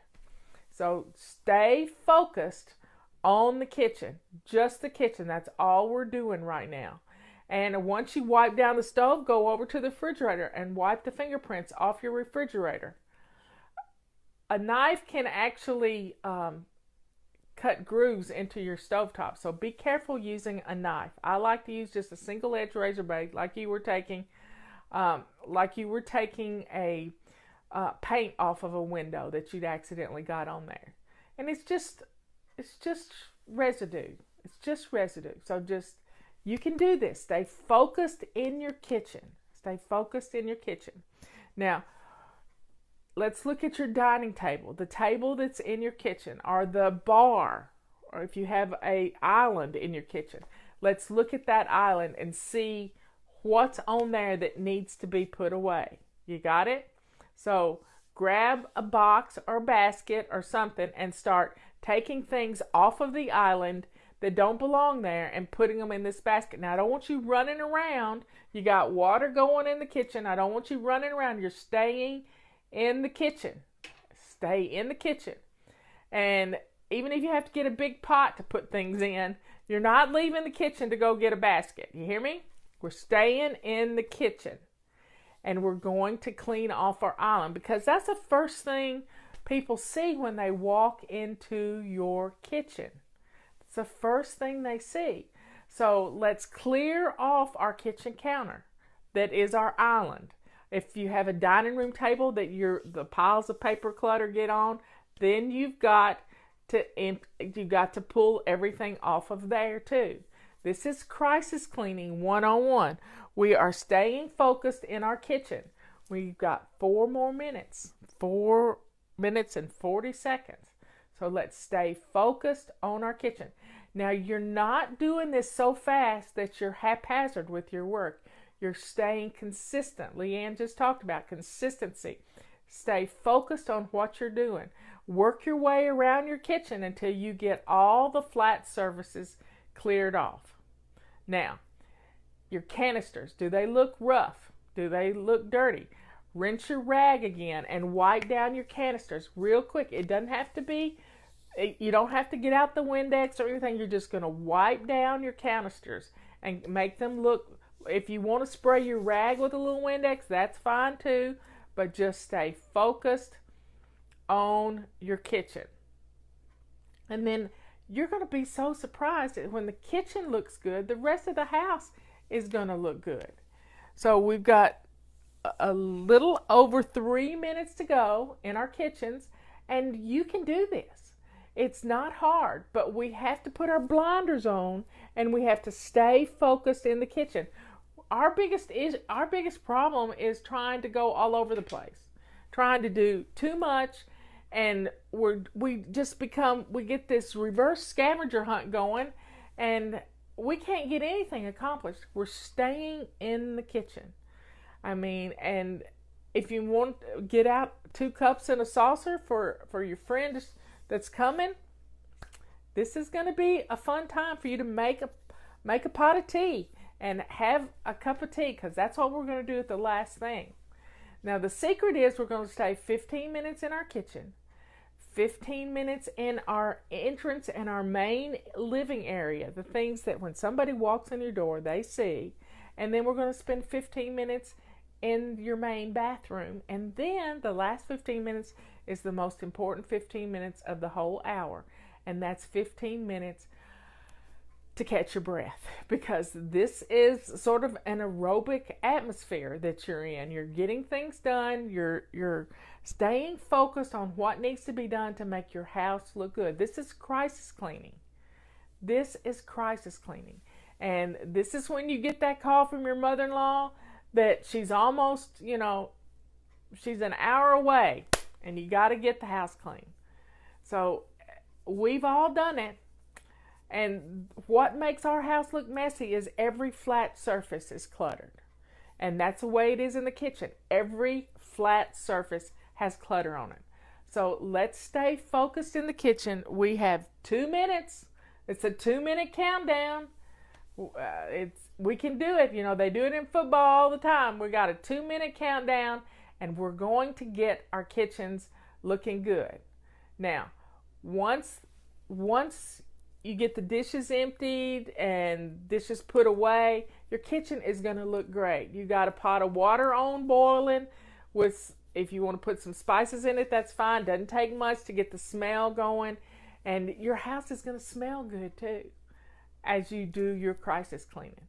But just let the water simmer. Don't put it on full boil. You don't want it to boil dry. We're staying focused in the kitchen.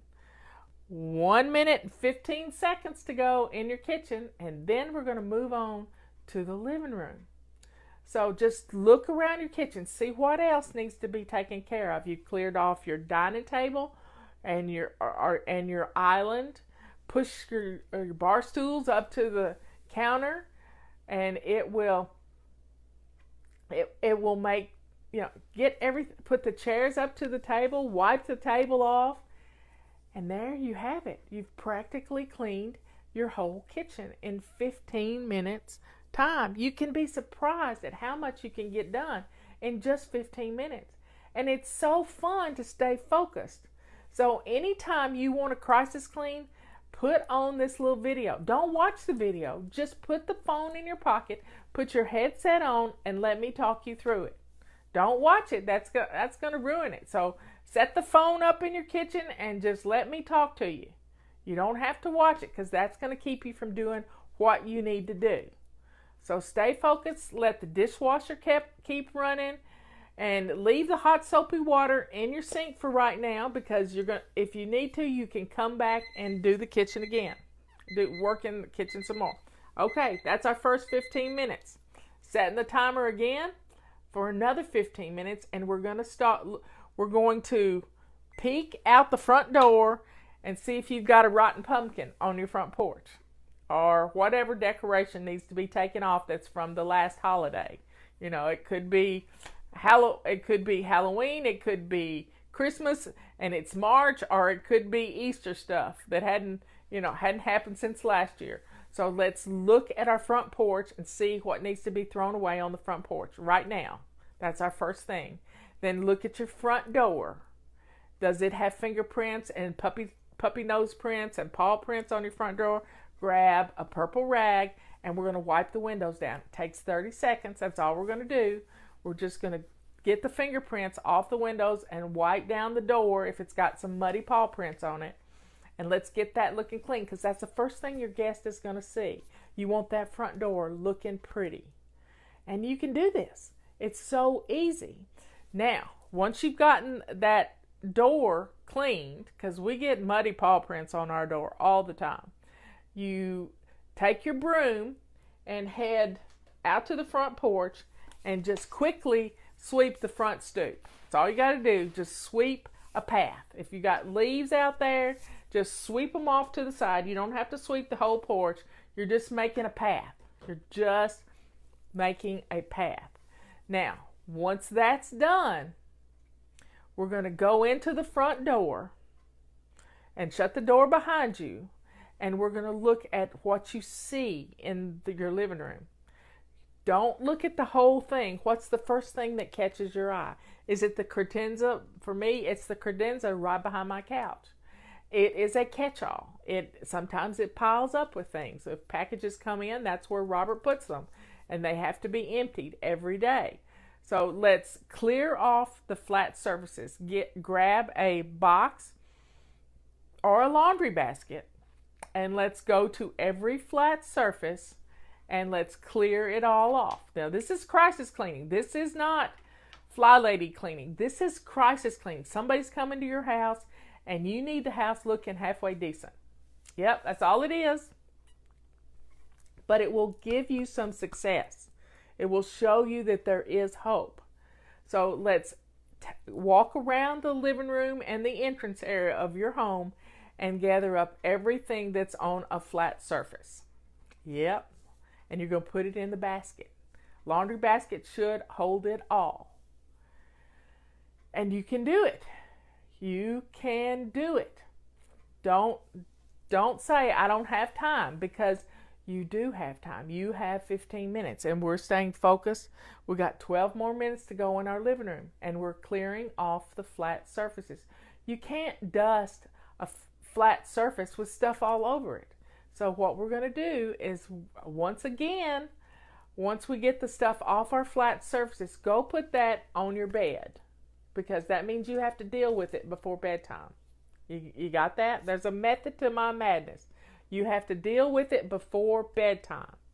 So what we're going to do is we're going to put that basket on your bed. So you have to deal with it before you go to bed. Yep, after your company leaves, then you're going to take that basket and you put everything where it belongs. But right now, we're clearing off the flat surfaces. Then I want you to take your feather duster and a damp purple rag. Feather duster and a damp purple rag. I want you to feather dust right quick. It takes 2 minutes to feather dust my whole house. And you can do this. We're going to feather dust the living room. And then if it's no time at all, just run around the house and and in your living room and feather dust everything that has a clear flat surface. And then if it needs a little extra wiping, use a damp purple rag and wipe things off, because it'll dry right quick. Just it'll dry and it'll look good. It'll look great. Now when you get through wiping down all your furniture, I want you to look at the back of your couches. I want you to think about, I have a dog that has decided that the back of the couch is where she has to watch for us to come home. And she's lying on the back of our couch waiting for us to come home, and she smushes it down. So I have a rubber scrubber that cleans off my dog hair and pet hair and cat hair from the back of my couch. Also, the back of your couches get dusty.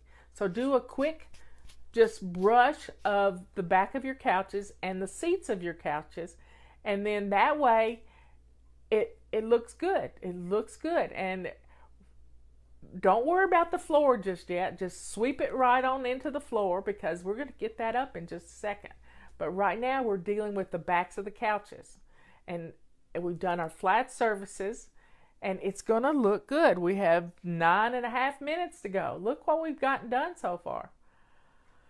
So let's get the backs of our couches looking good and the seats of our couches, and let's plump the pillows. Pretty pillows make everything look good. If you've got a blanket, put that in the basket along with the stuff you've cleared off the beds, and let's, messy blankets on your couch make the room look messy too. So let's gather that up.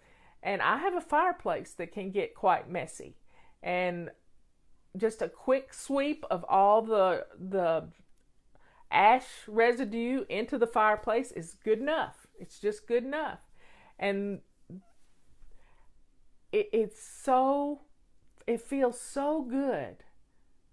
Then I want you to take your purple rag and rinse it out real good, and let's go do your back door. If you have a door, I have a door out to my back deck, and it gets those puppy nose prints and those muddy paw prints on it all the time. And that'll make the room look good. It'll make it look great. And then while you're in there, it never hurts to put on some fun music. Some fun music on your stereo system. And then that way you have music keeping you company and me keeping you company, and you're getting things done in your living room. Now, the next thing I want you to do is I want you to think about the floors. If you have hardwood floors, grab your mop again, and we'll do a quick mop. If you've wipe down the couch with a rubber scrubber and that stuff's in the floor, your quick mop around will gather all of that up. If it's gone under the couch, don't worry about moving the couch. We're not moving the couch. We're clearing off our coffee table, and we're making everything look presentable. You've done a little feather dusting and wiping down the flat surfaces. We've wiped down the back door, and it's looking good already. You can't believe the difference that getting all of the stuff off of your flat surfaces has done for your home. It's going to change everything. We have 7 minutes to go. We're halfway there. And I'm trying to think of other things. Are there magazines and books that are out of place? Put them on the basket, and that basket's going to go into your bedroom, because nobody's going to go in your bedroom, even if you have to lock the door. Even if you have to lock the door to keep somebody from going in there. And we'll get this room looking good. When you come into your living room, this is what you're going to see. A clear, great looking living room that's lived in. It's not perfect, but guess what? It's welcoming to guests. And you can set a coffee cup on your coffee table and not be embarrassed to have to move stuff out of the way. You're going to do this. This is crisis cleaning 101. 15 minutes in your kitchen, 15 minutes in your living room, and then we're going to do 15 minutes in the bathroom, because you do not want to be embarrassed by somebody going into the bathroom, the main bathroom of your home, and it being a disaster area. We're not going to do it. But we're staying focused in our living room. We've got 6 more minutes. 6 more minutes. Now look around and see if there's anything that I've missed. Do you have rugs that need a good carpet sweeping? So grab your carpet sweeper and do your rugs right quick. Takes 2 minutes at all. And this is going to be, your rugs are going to look good.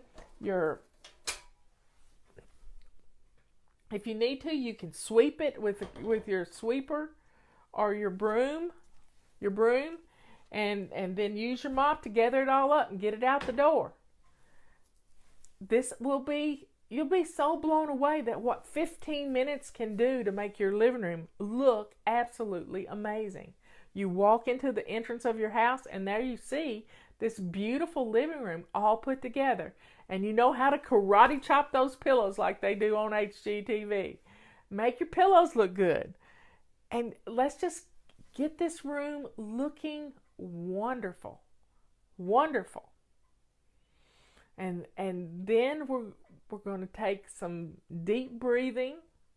We're going to take some deep breathing, and after our 15 minutes in the bathroom is up, and you're going to compose yourself because you've worked out pretty good. You've worked out pretty good getting this done. This is crisis cleaning 101. And it's all about kitchen, living room, bathroom, and then you. And you're the most important part of this. You are the most important part. So keep focused on your living room. We have 4 more minutes to go in our living room. Do you have some magazines that need to be put in recycling? Do you have a bunch of paperwork on your coffee table? Let's get that stuff off of there. Get it in a basket, and you can look at it in just a little bit after your company leaves, because we're not going to get sidetracked going through paperwork. You got that? And you might need a drink of water, because I did. Let's get some water in us, and let's keep moving right along. Keep moving right along. The carpet sweeper gets up that pet hair like you wouldn't believe. You don't even know that there's that much pet hair on the rug. You don't have to empty it right now. We're just going to get the pet hair up. That's all we're going to do. Gather up all the stuff on our flat surfaces. These are hot spots. These are the place where you put one piece of paper and it starts multiplying like rabbits. Like rabbits, I'm telling you. So we are going to gather this paper up, and then you can breathe. Then you can really breathe. Yes, we have a lot of paperwork, and it needs to have its own home. Everything has a home, everything in its place, everything has a place, and everything in its place. But right now is not the time to try to figure out where that place is. Do you hear me? We're staying focused on making the living room look clean. What we want to do when we know company is coming is we want to start painting or doing something stupid. All we got to do is clean off our flat surfaces. We just have to clean off our flat surfaces. That's it. And our houses will look clean. Our houses will look wonderful. And it will be fun. It will be fun to do. But we're staying focused on our living room right now and the entrance of our home. Do you have a bunch of shoes right by the front door where people come in and they trip over these shoes? Gather up all those shoes and put them in a basket and take them to your bedroom, or take them to the kids' room, whoever they belong to, and get them out of the living room. Don't start putting them away, but just get them out of the living room for right now. That's all you got to do. I keep saying that's all you got to do, but we're staying focused in our living room. We got 1 minute and 44 seconds in our living room to go. 1 minute and 40 seconds, and we can do this. And your living room is going to look good, and you'll be able to go, wow, my living room can look like this, and it will look like this. It can look like this. It can be beautiful. But you just have to stay focused and not be running around all over the place. Yes, I know people who have done this. Now, take your damp purple rag and wipe down some your switches. Sometimes they get dirty handprints and we don't even notice it. So wipe down some switches right quick. Doesn't take but just a second to do this. And we got 1 minute to go, and your living room is looking good, honey. It is looking good because you have stayed focused. You haven't left the living room. And the next thing we're going to do is we're going to go into the bathroom, but we still got 30 seconds. So take a deep breath. I want you to look around your living room and see if there's anything else out of place. Just look around and see if there's anything else that's out of place. And deal with it. That's all you got to do. Anything else out of place. Put your purse where it belongs. And just, here we go. 7, 6, 5, 4, 2. There we got it. Living room. If it's not done, it's real close to getting done. So I'm setting the timer again. And we're going to go into our main bathroom. This is the bathroom that people would use if they asked to use your restroom. Okay? So, setting the timer, 15 minutes. We're going to go in the bathroom. Now, this person isn't going to be taking a shower. It's not going to be taking a shower. So, we're not going to worry about our bathtub. What we're going to worry about is our toilet and our sink and our countertop. We're going to start with our countertop. What is out of place on the counter? Do you have things that need to go somewhere else? You know, last week I had emptied a bag of things from Leanne's house. I undid them, most of the things went in my medicine cabinet, but I had a jar of perfect paleo protein sitting right on the counter. So I moved that to the kitchen where I keep it. And then you just got to clear off your counters. Now, put some hot soapy water in your sink and take your purple rag or silver rag and rinse it really, really well and wipe down your countertop. And then you'll be so surprised at how the bathroom is going to look wonderful. It's just going to look absolutely wonderful. And then we're going to take and wipe the sink out real good. Wash it. If you need to use some cleanser on the sink, then let the water out and use some cleanser on the sink. Wipe down your faucets. Wipe behind the sink. Wipe behind the faucets. Rinse your rag out really well and clean the dental floss home runs off the mirror. This is going to make this bathroom look and smell good. Now, we're going to get down to the nitty-gritty and the dirty. And what we've got to do next is deal with the toilet. So I don't want you to be surprised if you lift up the seat on the toilet and it looks really bad. I want you to take some Windex or your purple rag. This will be a dirty purple rag because you're not going to be able to use it on anything else. It's going to have to go to the wash machine. But I want you to wipe down your toilet seat and wipe down the edge of the toilet. And then if you need to, spray some Windex around the base of your toilet and clean the floor around your toilet. Now, if you have a rug in your bathroom, you're going to need to either put that in the wash machine, or you're going to need to just put it in the tub for later, because nobody's going to be looking in your bathtub. Nobody's going to be looking. We're staying focused on putting out a clean towel for somebody. Put their dirty towel in the hamper and get out a clean towel so someone can dry their hands. And let's just get your bathroom smelling good and looking good. And the next thing you're going to have to focus on is your floor. And a bathroom floor is pretty small. You can take a wet purple rag, not the one you just used on your toilet. We're going to get a different one. And we're going to wipe down. We're going to wipe the floor. Yep. With your foot. That's all you got to do. Just keep wiping the floor. And this room is going to smell better. It's going to look better. Now look at your doors on your vanity. Are they nasty looking? Wipe them down right quick with a clean purple rag. or a washcloth. I don't care what you use. Just stay focused on your bathroom. Mirror, countertop, sink, faces of your vanity, the floor, around the base of the toilet, the back of the toilet. What do you have on the back of your toilet? Do you have too many books on there? Let's get rid of those books and clear off the back of the toilet and wipe it down with your clean rag. And it gets dusty. Do you have too many things on the shelves? Do a quick rearranging of shelves. Shelves are the towels just folded any which way.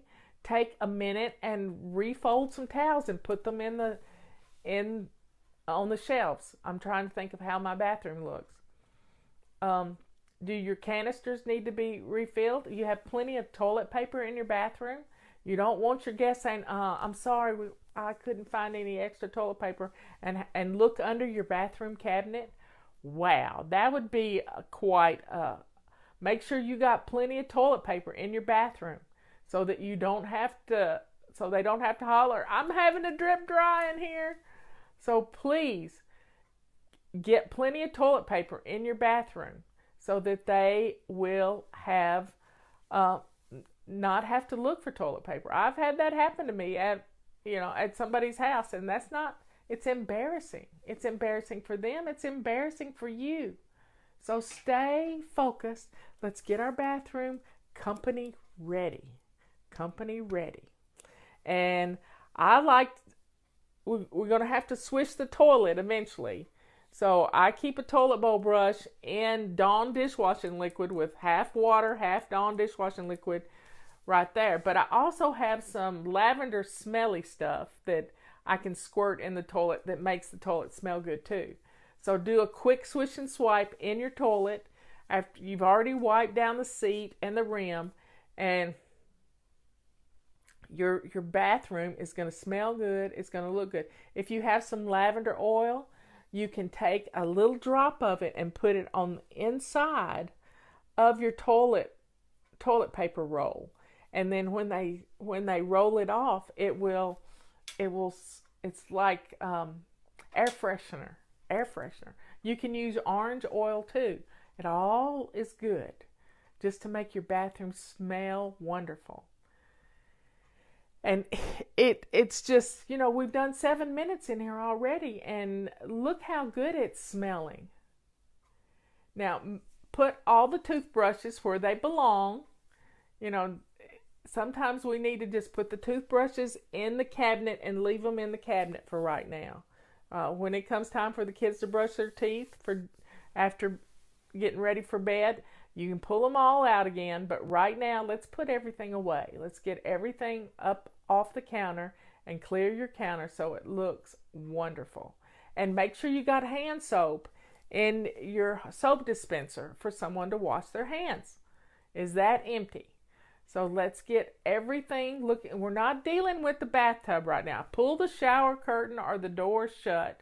Now, if it looks pretty rough in there, then take a basket and gather everything off the edge of the tub if you need to. And then put it in your bedroom because you're going to deal with this later.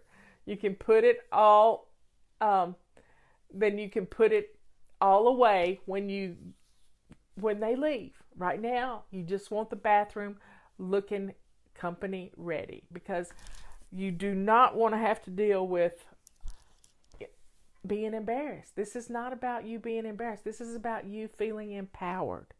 Do you hear me? This bathroom is going to look good. Now, if you need to get the mop out and mop the floor rather well, then do that. But it doesn't take long to mop. It's a small room.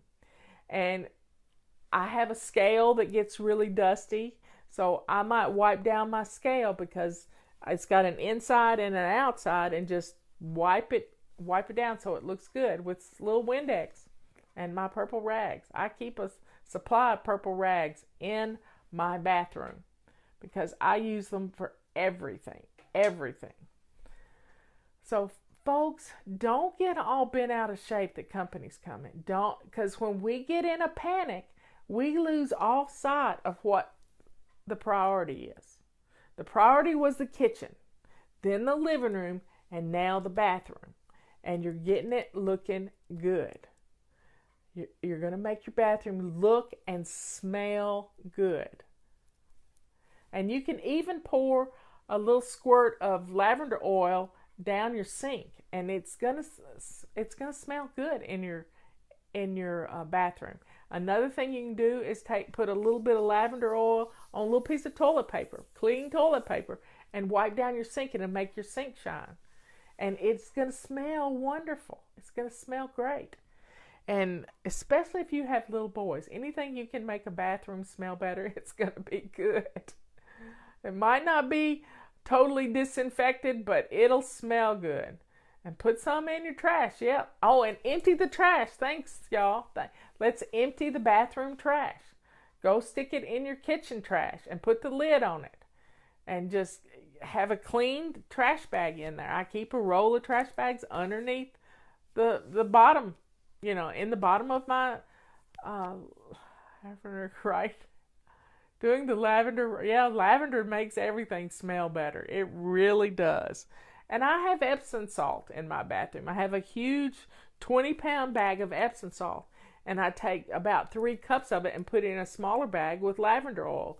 And I can open up that bag of lavender Epsom salt, and it just, the aroma is, it's just beautiful and relaxing. It really is beautiful and relaxing. And we can do this. We can, we're staying focused for 15 minutes.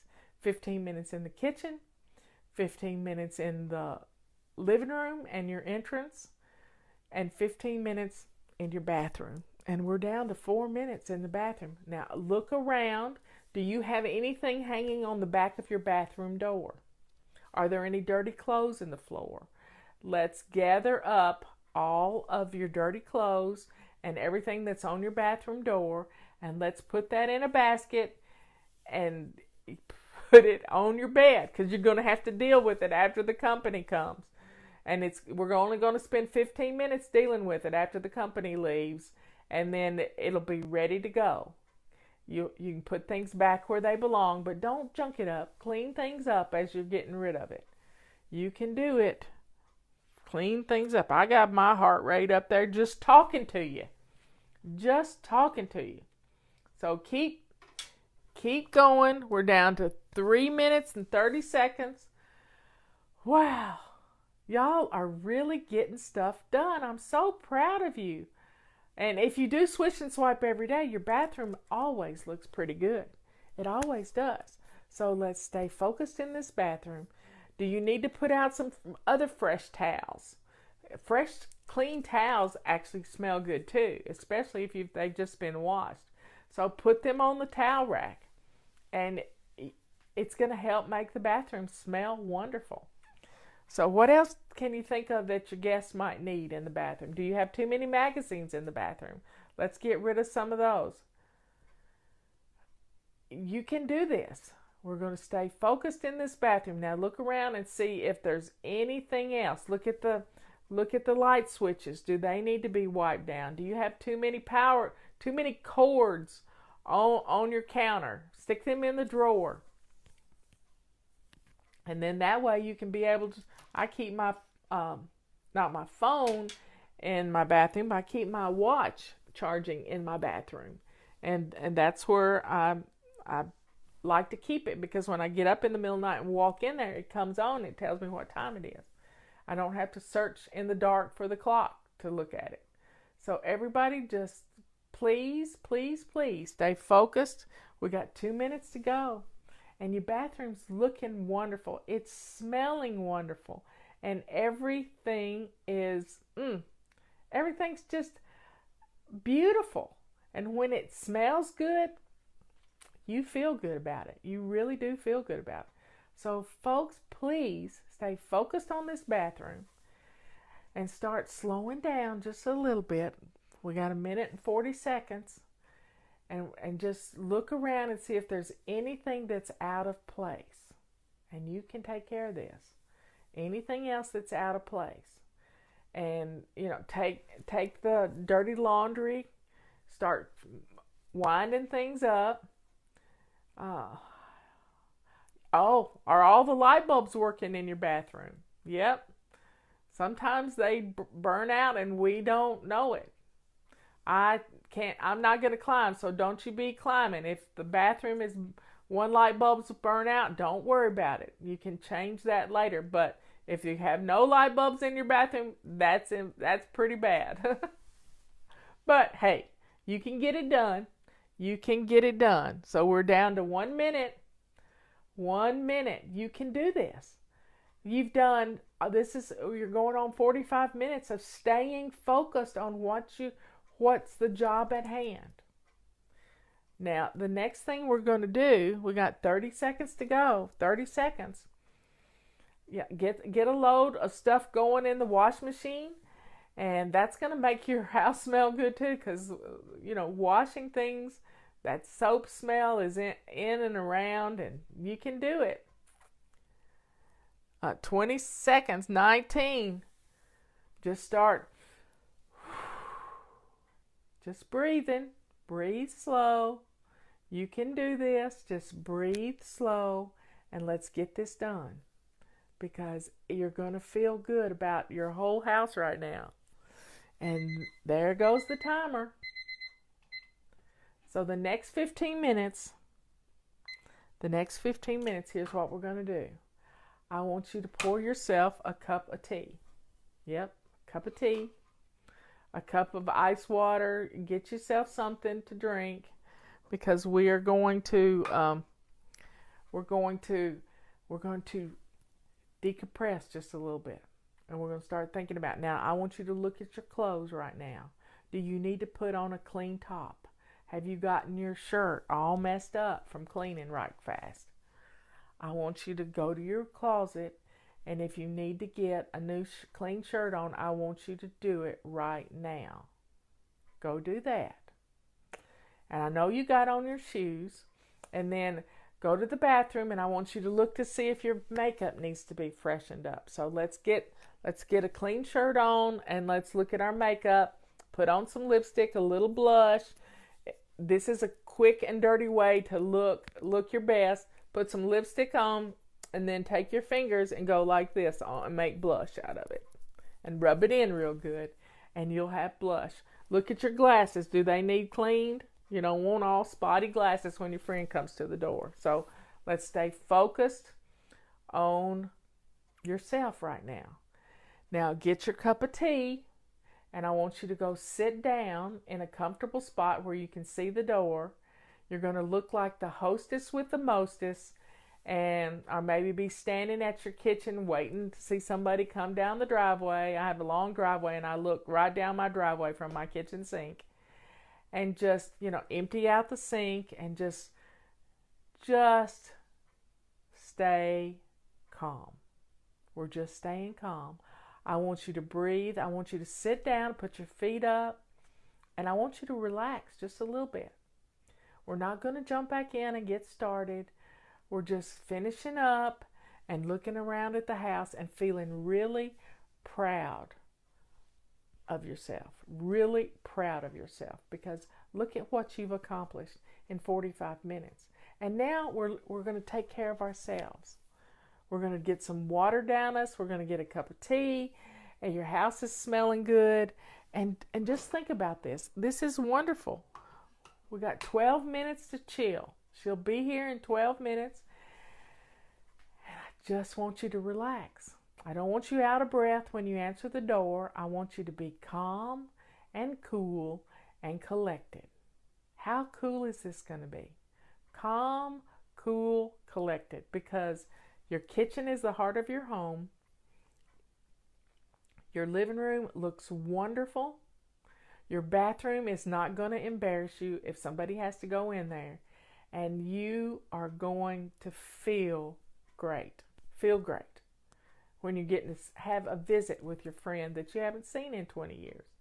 So let go of all your anxiety, and let's just breathe. In fact, my watch just told me to breathe. So let's focus and breathe. And say a prayer for old friends. And just stay focused on loving yourself, being kind to yourself, and not trying to kill yourself by running all over the place. Just staying in one room while you're being focused on that one room is going to keep you cool under pressure. We're staying focused. And right now, our focus is taking care of us. Taking care of us. And you can do this. You really can. Because it doesn't have to be hard. We have 11 minutes to go before that doorbell's going to ring. 11 minutes to go. What can you do in 11 minutes? You know, is your dishwasher finished running? Just stay in your kitchen if you want to, or at your kitchen table with your feet up in a chair next to you. That's fine. But if you want to finish up a few little odds and ends things, we're not being rushed. We're taking it slow and steady. Slow and steady. We're catching our breath, and we can do this. We really can do this. Look, you stayed focused with me for almost an hour. How wonderful that you've gotten all this done.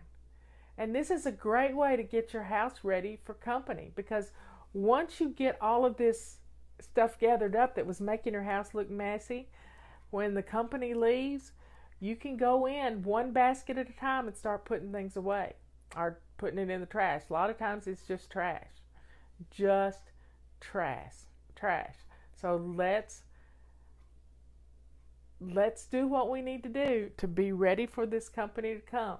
Now, look in your refrigerator, and do you have something that you can serve as an appetizer, some cheese and crackers, or some little something, you know, a little plate of cookies. I'm not eating cookies, but that doesn't mean my guest wouldn't want some cookies. So start thinking about putting together a little cheese plate, or some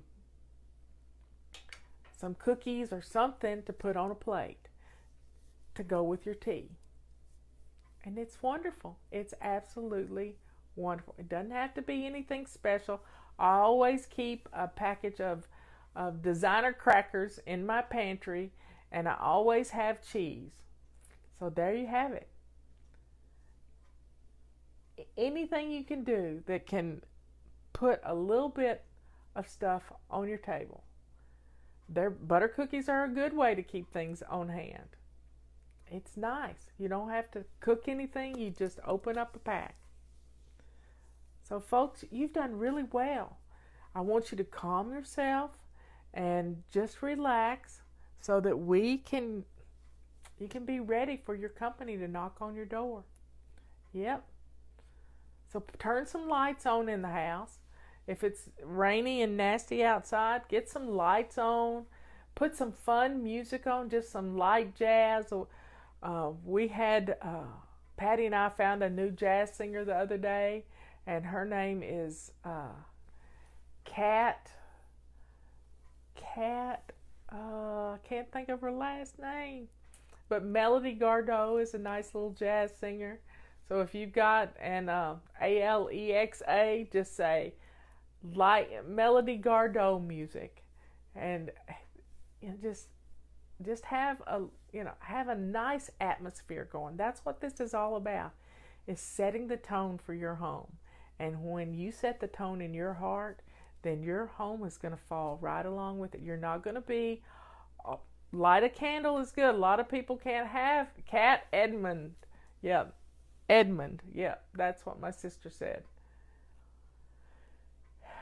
But please just slow down and stay in a hurry, and put on some nice music. Not Cat Stevens, K-A-T Edmonds. Cat Edmonds. I heard her at my beauty shop on Wednesday, and she sounded just like Melody Gardot. And it's just some easy listening, light jazz music, and it's just beautiful background music. To having, I don't say those words out loud, but whatever you're using, just put on some fun music. Yep. So your house is looking good, your kitchen's looking good, your living room's looking good, your bathroom is acceptable, and it smells good. And just Edmonds, not Edmondson, Edmonds. And it's just really beautiful music. And you can relax to that music too. Yep. So I'm not going to say the word, but tell Alexa to play Cat Edmonds music. And she will. She really will. And it's just relaxing. It's just relaxing.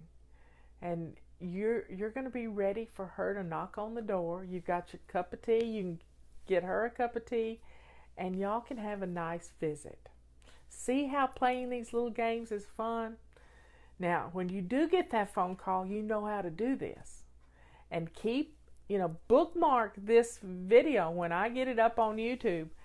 Always know where it's going to be. And I'm going to put it up on our Fly Lady Radio page where you can access it very easily with Crisis Cleaning. And I'll have it ready for you so that you can do crisis cleaning anytime you want. Anytime. And it makes us feel empowered. It gives us hope that our house can look good in just a few short minutes. It really can. And when you're doing, this may be the last time you ever have to crisis clean, because establishing simple habits these simple habits are going to make your home be on automatic pilot.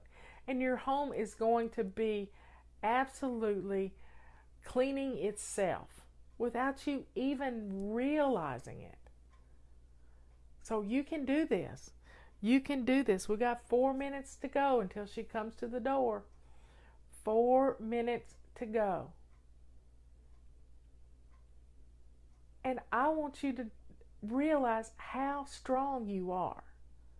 You don't have to be embarrassed by your home anymore. Our routines, our simple little habits, strung into routines, are going to change your life. This can happen. You just have to stay focused. Focused on what you're doing right now. You're chilling out right now. You're getting your house, it's sounding good, it's feeling wonderful, and you are going to have a great time visiting with your family. Look around, see if there's anything you missed, like toys in the floor, shoes by the door, coats, too many coats on the coat on your entrance. So look around and see if there's anything out of place, and you'll be ready. You'll be ready. Get some napkins out so your guests can have some napkins. I keep some pretty cloth napkins in a drawer, ready for company.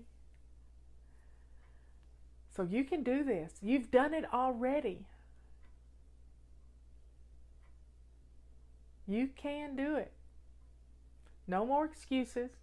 It just takes an hour. Anybody can do this in an hour. Anybody can do this. Can get their house looking good.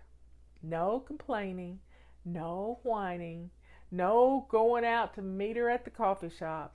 She's coming to your house. She's coming to your house.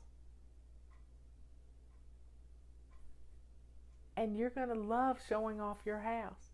You love your house. You just don't like it when it's messy. And our hot spots make it messy. Anybody can do this. If I can do it, you can do it. Anybody can do this. So please stay focused for the next 2 minutes. The doorbell could be ringing. I want you to, get a seat at your coffee